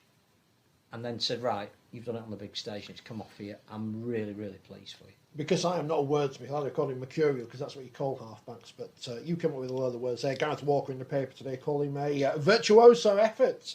A throwback to halfbacks of years gone by. It's what people want to see. They want to see halfbacks have a go. Deserved to win a game. It won a playoff game. It deserved to. But it again exemplified the difference in philosophy between Wigan and Warrington, and to a lesser extent Leeds, although Richard Agar clearly is of the Tony Smith school and has a philosophy about encouraging attacking rugby, and Tony Smith himself, and it's fantastic. I think it'd be harsh if I said Hull have got some players who've been discarded elsewhere, but they have got players who've been discarded elsewhere, like the likes of Will Dagger, who had lots of hype at the start of their career, George King, who's gone from Warrington to Wakefield and now to Hull which is probably a sideways move and actually an upwards move, as it turns out in the end. But they were superb. They were entertaining, and their scrambling defence was magnificent. Which again, all of the teams that have got through this weekend have had commitment in their defence. We were talking before we came on about sometimes it's difficult to get into a game if you haven't got an emotional involvement in it, which is why people might not have enjoyed Wigan versus Leeds on Thursday, because it's 2 teams no one likes. So there's no underdog in there, Obviously there is in a betting sense, but in a sense of, no one likes Wigan, no one likes Leeds. So you want to see a draw, can't have a draw, so it's rubbish. Whereas at least in this one, Warrington, we can all laugh at them because it's not their year again. Hull KR, unless you're from Hull, you can get behind because they are the underdogs and they play nice rugby league. The 1955 thing.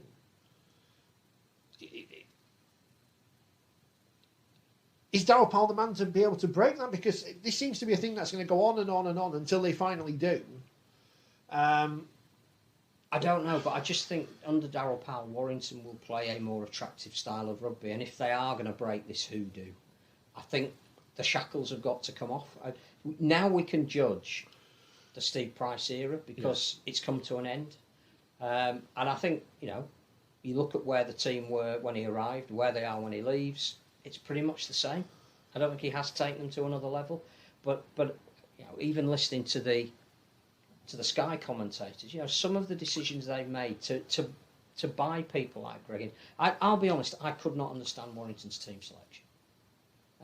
I don't know how you can necessarily go into a game where at some point you might need someone who can change it off the bench without Blake Austin. I just thought he had to be there. I don't understand how when Matty Ashton had played so well the week before that you would put him on the bench and then leave him to come on when he's cold in an atmosphere where the game has almost gone and expect him to turn it around. I would have started with him. He deserved a start. And if that meant, Ratchford displacing somebody else, then I think that's what they should have done. They didn't have a replacement hooker. They didn't have Danny Walker on the bench, which again has made a difference. It gives you a little bit of variety when you can take Darryl Clark off and put somebody else on in that position who does it a little bit differently. I did not understand the Warrington team selection. And I don't think you can just say, because Mike Cooper didn't play, that had a huge effect. We should have got sent off the other week then. So I think that came back to haunt Steve Price. He looked very conservative in the team that he chose. And I do think that this 1955 thing is going to haunt them because you have to have a certain mentality within the players to get over the fact that the people in the stadium start holding their breath because they're worried that yet again it's going to happen. And Stefan Ratchford, who's been brilliant this year, had arguably his worst game, his least influential game. Gareth Widdop, nominated as Man of Steel, could not put his stamp on the game. George Williams is another classic example of, late in the season relatively late in the season, we will buy someone who is available, we will put them straight in the team, but they haven't yet fully attuned to what you want out of that team. Didn't influence the game. Do you think he's just dropped Austin because he's leaving? Well, I think they've brought Williams in and they're investing in him for next year. So, but I just think when you get to the pointy end of the season, you don't want to say business end. No, it's contractually obliged to say. You have to have variety on the bench. Yeah. And the other thing I couldn't, just relating it back to Wigan, who clearly we don't want to talk about because it's such a dour game, worst game ever in the history of rugby league. Their only method of changing the way they played was to bring on Kai Pearce-Paul because he's different to everything else that they've got, and he has got a fabulous offload game and the ability to break down a defence that people won't give a lot of credit for, but Leeds' defence was pretty good that night. You needed something different, but Pearce-Paul didn't come on until something like the 61st minute. Sean Wayne's a fan of his, isn't he? I think. I think I saw the quote. I was invited. I wasn't in the England press thing this week because I was working, so I missed it. But I saw the stories coming out of it. Like, he's impressed by Kai Pearce-Paul. So maybe he'll be in the World Cup next year. Maybe in the England night. I think he'll be England night. I think the internationals this year. But I genuinely think that if you are going to win a semi-final or a playoff game and it's moving away from you, you have to put somebody on that is going to change it. For Leeds, and again, we're not talking about the worst game that's ever been played.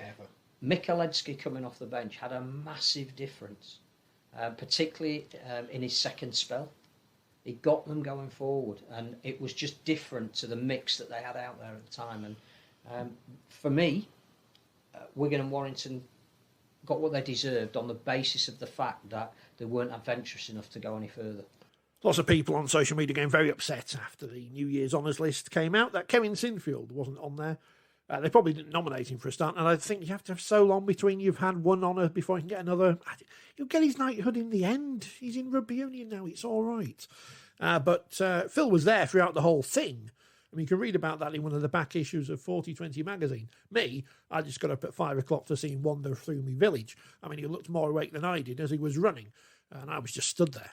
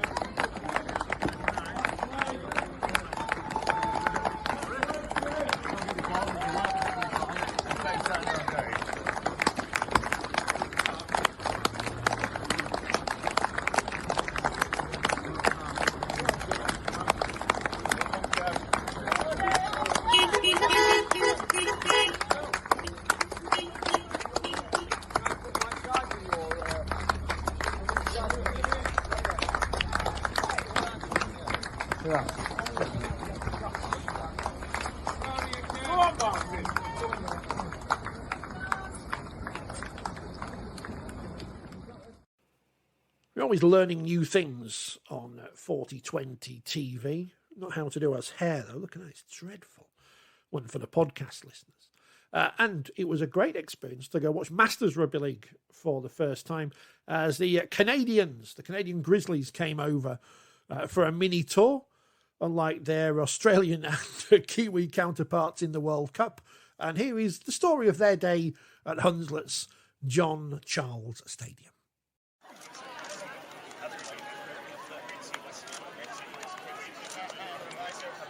Nicholas, you're back in the country. You've just played a game of rugby. How are you feeling? I feel fantastic. The fact that we're able to be back here, first of all. Last time I was here was 2019, and I took part in a Masters Festival at Eastmoor. Was able to play for the host Eastmoor Dragons and also Methley. So when I went back home and I told the boys all about it, it helped us with recruiting. And then the more we played, the more we got known, the more people wanted to come out and join us. So the more people came and saw us, older guys getting fit, having fun, they wanted to take part. So we've actually got guys on our team today who saw us for the first time in July, and they enjoyed what they saw so much they signed up that very day. Now they're representing Canada. One of our guys, when he was told he could represent the country, burst into tears with pride. So we're all really glad to be here. It was a challenge planning it because obviously COVID changed the rules all the time, but we hope to do this again in the future. We're looking forward to the next match against Crossfield, and then against England, Wales, and Ireland on November the 21st down at Lee East Stadium.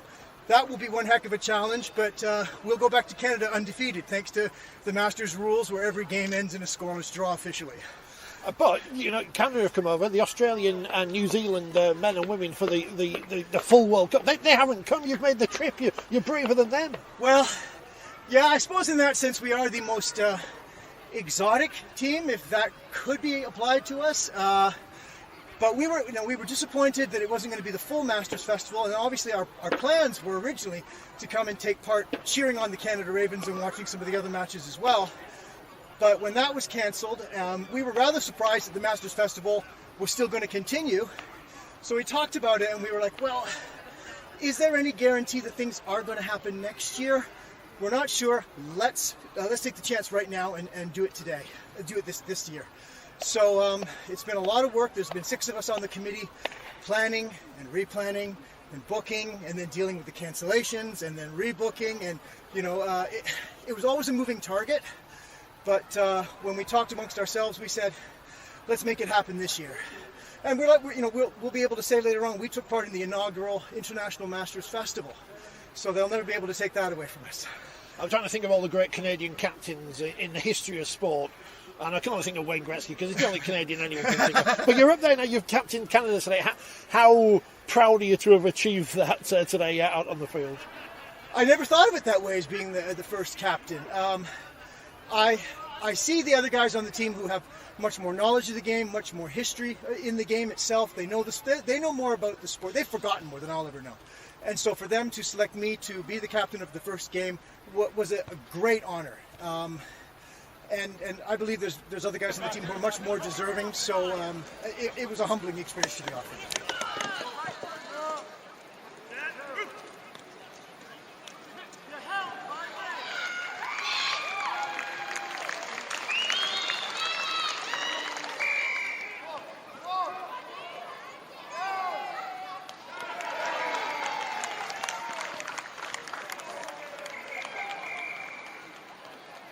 You played the whole game, didn't you? Yeah. I played a full game Friday night as well. How do you do it? Never ever put any weight on him or anything like that. I used to do a lot of running. I've always been able to run. I've got quite a slow heartbeat, naturally, not slowing down. I've always been able to run long distances and things like that. And that must help. 80 years old, when did you first start playing rugby league? Played at school, but I didn't play until I was into my middle to late 20s because I got married, having a family, walked past the training pitch. All my friends played. They said, come and have a game of touch and pass, and it went. Finished up on the player and committee apiece. I was never any real good. I played second team rugby.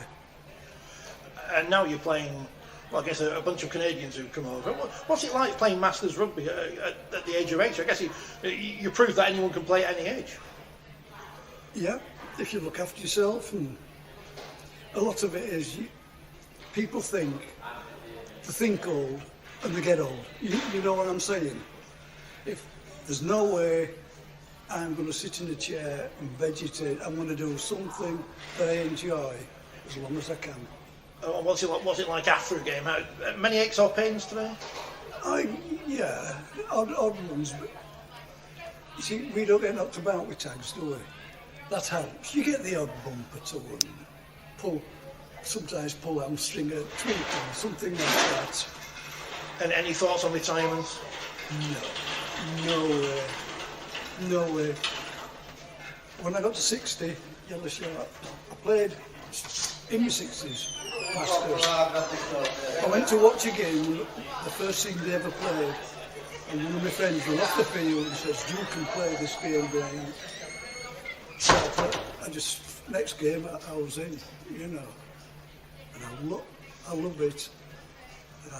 You probably heard me say to it, Phil Kaplan, the banter in the dressing room, on the field, the back chat on the field, when players are calling me names from the other side, I know I'm doing my job. Come on, lads, get in. Lads, thanks for coming and thanks for the game. Really enjoyed it again. For the Grizzlies, thanks for coming over and making it a great day for us. So, 3 cheers for the Grizzlies. Hip! Hey! Hip! Hey! Hip! Hey! 3 cheers for the dads and lads. Hip! Hip! Hey! Hip! Hip! Hey! Hip! Hip! Hey! One for the ref.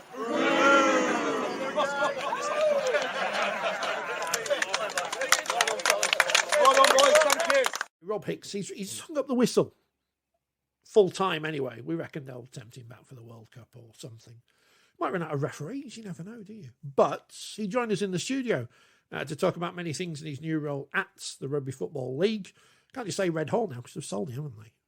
At the offices at the somewhere in Manchester. Anyway, he joined us and we spoke about abuse because there's too much of it going on in the game these days. Difficult time, because you mentioned safeguarding, compliance. Whether or not the statistics back it up or not, there seems to be an issue with touchline behaviour, particularly in the community game. I think it does spill over into the professional game as well. But we saw the Huddersfield Referee Society take a stance the other week. We've heard, and you might say quite rightly, the fact that you hear about it more doesn't necessarily mean there is more of it. It just means that you hear about it more. Issues on touchlines involving junior teams. How do you stop that? And is that part of the brief that you'll be inheriting? Yeah, Matt, well, I think if I was to say that, I think the 3 challenges or opportunities for the sport in the next 12, 24 months in my area of the sport are unacceptable language and behaviour, and really driving that agenda within our sport. And I think that's a real good opportunity for us to become a diverse, inclusive sport. We've got some great products in that area, and we need to become better in all those areas. Player safety is always a big issue within sport, especially in a contact sport. And I think directly answering your question, adult behaviour and fan behaviour, it is something that's got to change, and it's got to change for the better. And social media doesn't help, Brexit doesn't help, all these other things that come into it. You can't immure yourself from the society that you live in. Let's be pretty blunt. much divided. However, we can say what's right and wrong in our sport and what we will accept, and we now have to get that right. And does that involve greater sanction? Possibly. I don't think sanction's just the only thing that can be done. I think greater education. And by greater sanction, I don't necessarily mean larger fines, perhaps more serious sanctions, different solutions. I think some of this has to be different solutions. Clearly a tannoy announcement that is now laughed at is probably not sufficient to deal with a growing issue.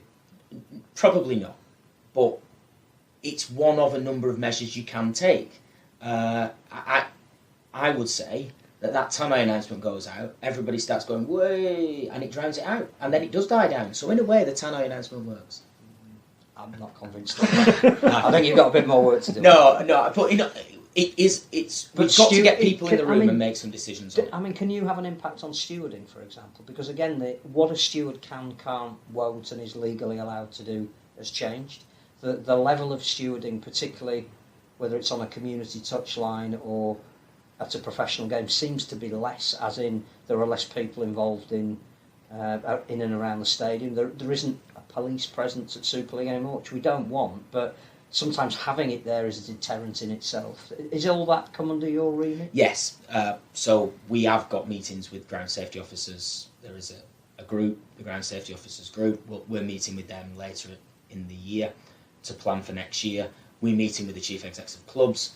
I mean, ultimately, this isn't an area that the RFL can resolve on its own. No. It's down to its clubs, its players, its volunteers to get in a room and come up with some solutions. I don't profess to have all the answers. I just know that the reality is that adult behaviour post-lockdown is at an all-time low. And that's not just in rugby league. No. It's in horse racing. It's in football. I get married later this year. The venue I was at told me that no one can drink anymore and that they're either all fighting or all falling over and getting injured. So perhaps it's just a societal thing that we're just not used to going out anymore. So I hope that will change. We'll do our best to make it change, but we don't have all the answers, and it's not down to the governing body to come up with all those answers, because the clubs deliver weekly events and they are in charge of their own grounds, they have their own businesses, and so we can't come up with something that they say just doesn't work. We have to make sure it does cost too much, because they've got books to balance in a very difficult economic time as well. So you could say we need to have 7,000. No, I accept that, but our clubs work extremely hard. Our clubs work extremely hard to make game day a good experience. They're not suddenly sitting on their hands and saying, we're not bothered about this. They know it's an issue and they want to do things better, and have probably worked harder in the last 18 months to deliver behind closed doors games than they've ever worked. And I know that from speaking to some of the most overworked and underpaid people at those clubs that just say, we're trying our best. Presumably you've got the same issue with social media as well, because if the social media companies won't regulate in the way that most people think that they should, when people are saying or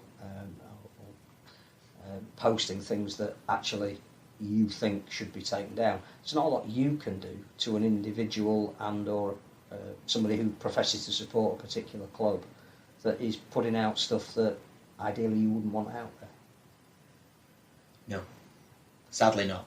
But is that and an we have to work? look at? We will, and we'll have to look at how we engage on those mediums. We also have to think about pressuring government in the right way, and that's another area that I have responsibility for to regulate those areas. And government are on board, aren't they? We're not alone, are we? We're not alone. It's social media. But it's a fantastic thing. All the things you're talking about don't have a simple solution. No. They're all interlinked. And correct. A lot of it is outside of your control. And that's why it's so good a role to take on, because if everything was so easy to deal with, then we wouldn't need anybody in any jobs. But actually, the reason it's a complicated area, and it needs someone to have a dedicated, open mind to how we change that, and perhaps a fresh look at that. But social media is a great thing.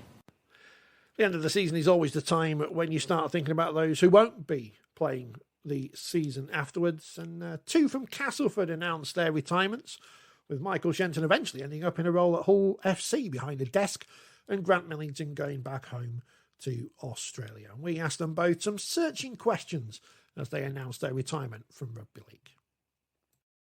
Terry Matson took us on a La Manga trip when he not the first year he got the job, and a couple of years into it, and England football have been training there. It's a big golf resort. There's obviously amazing football pitches, but Michael Korkidis, it was his birthday, and this was early January, pre-season, getting ready for the season. And he said, "It's my birthday." It's like, "All right, Terry's just signed me from Salford.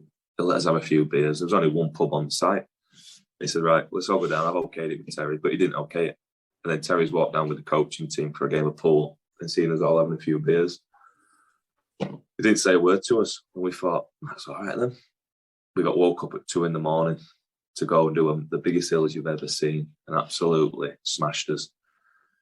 You think, wow. I just remember Ryan McGoldrick going on protest at a lamppost, just saying, no, not doing it, ridiculous. Luke Down throwing up in the bushes. And you think that were really tough. I think, why is he doing this to us? But you look back now and you think, that was quite funny, actually.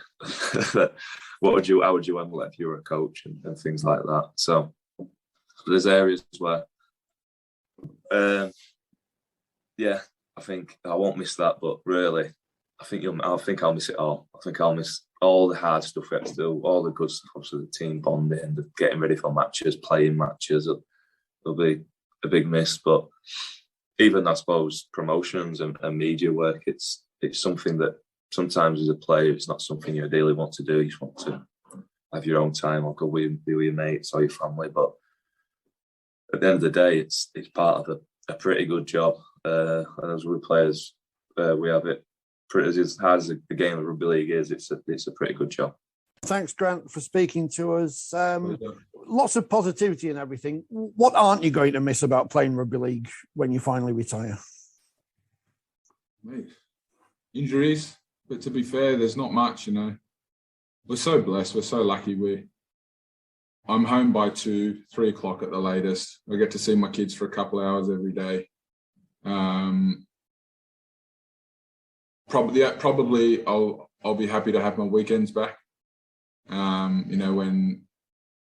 When not so much here because all my mates play rugby, but back home when your mates are out going to the pub, going for dinner, doing this or this and that, you've been able to say, unfortunately, I can't do that because I'll be playing on the weekend or training or whatever. So I'll probably enjoy having my weekends back. But other than that, there's not much that I dislike about it. We've thrown it around a couple of times. If you won the lotto, would you call it a day? And I probably wouldn't. I'd probably still be playing. So I just enjoy it. I've loved it since I was a kid, and I'll probably be doing it for as long as the body can hold out for. You said you didn't expect to be here for so long. Did you ever expect to be playing in the halfbacks in Super League? Definitely not. I'm glad someone mentioned that. No, definitely not. Look, I started as an outside back. I started as a winger, believe it or not, when I was younger. And then as I got bigger, I just kept moving into the middle. So it's nice to slowly move back out a little bit every now and then. But no, definitely not. But, it's something I can throw about with my mates at the pub when I'm back home. We saw lots of players, great players retire at the end of last season, weren't able to say goodbye to the fans. How important will that be that you will get that chance at the jungle in front of the ravenous Castleford fans to say your final goodbyes? Yes, it's definitely something that would have been disappointing to finish on if I finished last year. I feel sorry for a lot of the blokes who didn't get the goodbye that they deserved. The fans here, I've said it before, have been great to me, and I've loved every minute of playing in front of them. So to get that final goodbye will be pretty important, and probably one that'll get the emotions running, I think. Obviously, you played in the Grand Final, Challenge Cup finals, you lifted the League Leaders' Shield. Is there any one particular moment that stands out, good or bad, in the whole tenure here at Castleford? No, it's hard. We've had plenty of great games, plenty of close games. That Saints game here, Benny Roberts kicked that goal, that field goal. The Golden Point Gaelic kicked Saints again here. A couple of close games here against Wigan. Wigan semi-final for the Cup. I might have been the quarter-final for the Challenge Cup in 2014. There's been loads of games that I'll remember, and I've got to go in search of so I can keep to show my son when he's older, because the memories we've created on the pitch here have been fantastic. But as a whole, it's back in my career here and my time here so fondly, and it's definitely one that I'll never forget. Final one, back to negativity. Any teammates you'll be glad to see the back of when you're back home in Australia? No, not really. Probably, if you asked me in the early days, Adam Milner. He was a pest. He was into me constantly, but we've sorted out our differences. So, mate, no, you grow to love it all. The banter when the banter here is probably a bit more harsh from where I come from, so it took a bit of time to adjust to that. But there's no one honestly in my career that I've played with or that I wouldn't stop and have a beer with at the end of the day when we're old men meeting up. So no, I've been pretty lucky in that way. Far too positive a person, Grant. Thanks for speaking to us, and enjoy the rest of your career here at the Tigers. Thank you, mate. Appreciate it. Now, one thing I did miss a lot in 2020, and certainly in 2021, because I never seemed to get the chance, was post-match chats with Danica Preem. Our mate, plays for the Leeds Rhinos, used to play for England. I mean, we spent a whole 2 hours with her in the studio a couple of weeks ago, which is well worth watching if you didn't see this. But earlier in the year, she and Sandy Dominguez Shipley, that Canadian woman, she's a Leeds Rhino season ticket holder now. They joined us in the studio to talk about the Canadian Cooperative Championship thing, which I've forgotten the name of, but you'll be able to find it online. And anyway, I asked Danica about boxing because she was supposed to have a fight with Rhiannon Marshall, but it got called off thanks to COVID. So at least one positive's come of all this. Have Leeds got a special Magic Weekend kit, Phil? Do you know? Oh, I would hope. Because I know Salford have got But because we're all excited about Magic Weekend, which is in 2 weeks and I'm not going. Yeah, just from, again, that Leeds point of view, the annoying thing is Josh Warrington is fighting at Headingley on the same night that Leeds are playing Hull. No way.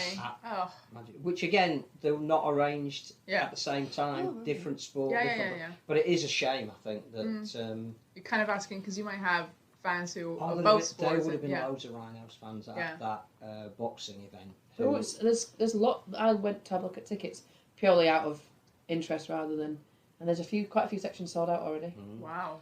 How's your boxing career? Oh my God. Absolutely non-existent. Never, ever to come back again. Good. Nor do I ever want it to. Do you know what? I remember just after Robert got diagnosed with it, and Chev and I were upstairs at Kirkstall talking about it, and we were laughing because I am, despite being a prop, despite being quite forward, maybe aggressive in nature. I'm not aggressive. Scary. I'm not aggressive or scary. That's why Sandy's there. I've never, ever thrown a punch in my life on the pitch when there's been fights. I don't think I could. She's a butterfly. I think you could. But like when me and Shep were I talking think about you it, could hold somebody up by their collar in a very threatening I manner. can hold you. Should we try? I just Should let we you do it. try? No, I couldn't. I physically couldn't do it. Like I'm not. I don't If somebody have that. picked on your mate, if Danielle was on the floor being pummeled, You would. I'd push them off. But Oh, I'd never that great punch clip them. of you pushing someone the other side. Yeah, my weight. That was Featherstone. Well, yeah, that old clip. Exactly. I don't even. My feedback from the World Cup was I'm not aggressive. But anyway, I remember me and Chev were upstairs talking about it. Brett Delaney was coming up and Brett Delaney was giving all this, blah, blah, blah, and I'm just like, I don't want to. And Rob just said to me, who are you fighting? And I was like, oh, Reed. And he went, where's she from? And I was like, Cass. And he just laughed at me. He laughed at me in the face. And I was like, hey, I'm doing this for you. I'm doing this for you. And he was like, yeah, unlucky. Yeah. Cass people. Cheers, pal. Leeds metropolitan people. You've got hummus and stuff. Yeah. We wish her well in her future endeavours on the telly, and hopefully she doesn't forget us when she's rich and famous. Well, one of those maybe. Another player hanging at the boots this year after a stellar career both at club and international level was Andrea Dobson, who didn't have the fairy tale finish in their grand final, Shield final against Huddersfield. It was the Giants who went on to win in a surprise result against Featherstone, but we spoke to one of the modern day legends after the game. In practice we're the better team. I think we are the better team, and we just let ourselves down with a little bit of composure, completion of sets. We just didn't have that finish pass, that last push, and going to sleep a couple of times in D and letting them get a roll and didn't help us. So yeah, I never thought we'd lose, to be honest. Even with a minute to go when we had that set, I just thought we'd pinch it. But it is what it is. Credit to them, where they've come from the start of the season to now, and yeah, we're tough game. Yeah, they didn't seem to give you any territory at all in that first half. No, nothing at all. And I think the energy was high from them, and probably had more energy than us, especially around the rock and ABC and around there. They were just flying out and putting pressure on us. So again, credit to them. They kind of took our game plan a little bit away, just with the pressure and the energy that they had. So yeah. I mean, it's great for us in the stands watching an entertaining game, but you'd rather just win with a scrappy drop goal or whatever, wouldn't you? Yeah, exactly. Yeah, like I said, at no point did I think we'd win. We'd lose until the kind of final hooter went in. Yeah, what a crowd as well for a Shield final. What a crowd, and for them, a 2-point game is probably a lot better spectacle than a big score. But yeah, not really happy to be on the wrong side of it, but it is what it is. Are you happy to end while you still can do it out there? You're going on your own terms rather than being pushed out?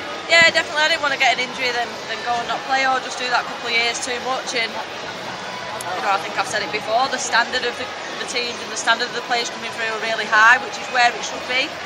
And it takes me a lot longer to recover. I'm not as quick or as fit or as whatever as I used to be, so I'd rather finish now and kind of pull my own plug than get told I'm not good enough anymore, sort of thing. So yeah. I ended up doing the co-commentary on that game. I don't think anyone at our league realises yet. I don't know if I'll be allowed back in 2022. If Channel 4 are watching now, by the way, look at this studio. It's amazing what you can get, isn't it, these days?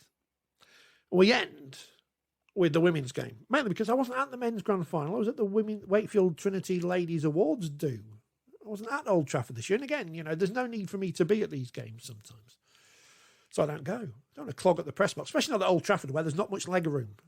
I might have to think about it for the World Cup final. But we end with winners. And the team of the year were the St Helens women, who swept all before them in the women's game. We heard them earlier talk about winning the Challenge Cup semi-final. They won the League Leaders' Shield. They won the final against York. And then they went on and beat Leeds at Henley in the women's grand final in a dominant performance. And after chasing them down the tunnel, it's not too far from the truth, that. Here's a pair of winners. It's Jodie Cunningham again. You can't get rid of her, the Woman of Steel. And the player of the match, Chantel Crowell.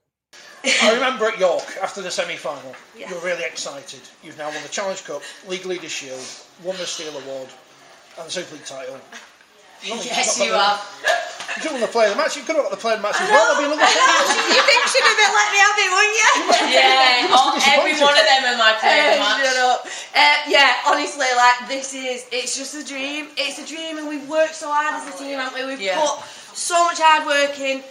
last year when the season got called off, like pre-season, we really grafted and we knew that hard work would come off in games like today when we're playing a quality team like Leeds, and it worked. Yeah, and you know what?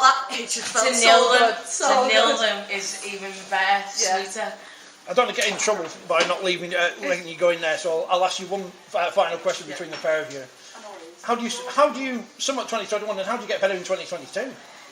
We keep working hard, we keep going at it, you know, and we keep progressing on our skill and our work level and our fitness, and you know, and the way we work for each other on the pitch. If we continue to do it like we did today, there's going to be bigger and better things for us. Yeah, absolutely. You know, we go again, we do the treble again. That's what we do, and you know, I think that's the joy of the women's game. Like, people finally starting to see it. You know, it was like this hidden secret that, you know, there was always quality about, but nobody got to see it. And days like today, you know, record crowd, live on Sky, like, people are going to see this and more people are going to get interested. The standards are going to raise, and the women's rugby league is just going to open up. But Saints have got a long way to go to. Oh, yes. So that was bits of 2021. It's 2022 now, and who knows what we'll be talking about in a year's time. Hopefully England will have swept all before them in the World Cups, men's, women's, wheelchair and PDRL. I mean, you can hope. You can have a dream, haven't you? That's what Captain Sensible said. Maybe wait if you will make it to Wembley. Maybe I'll get a decent haircut. Who knows? But thank you very much for joining us in 2021. Your support is always, what's the word? Welcomed. Yeah. Keep with us. Hopefully some fun to be had over the next 12 months, and you'll see it all here and listen to it all and read about it all at 4020. Adios.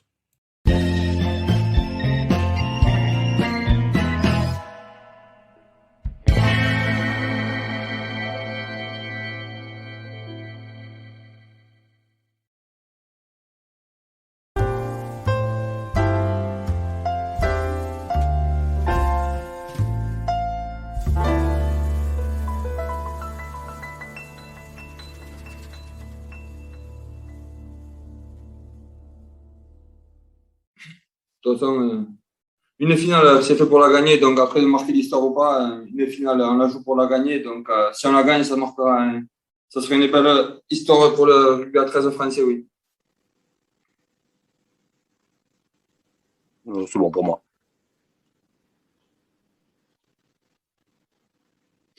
Question, monsieur? C'est bon, merci. Pour moi, c'est bon. Parfait, merci. On va rajouter une alors. Non, c'était pour laisser du temps à tout le monde, pardon. Non, mais vas-y. Julien, pardon, tu étais parti, excuse-moi, désolé. Non, revenir aussi sur cette affiche, c'est les deux équipes qui ont dominé la saison, c'est à la fois une affiche logique. Merci. Bon, cette fois? Non, j'ai une question. Désolé, je vais partir encore 5 minutes. Juste depuis tes débuts en Première Ligue, est-ce que tu as senti que le regard avait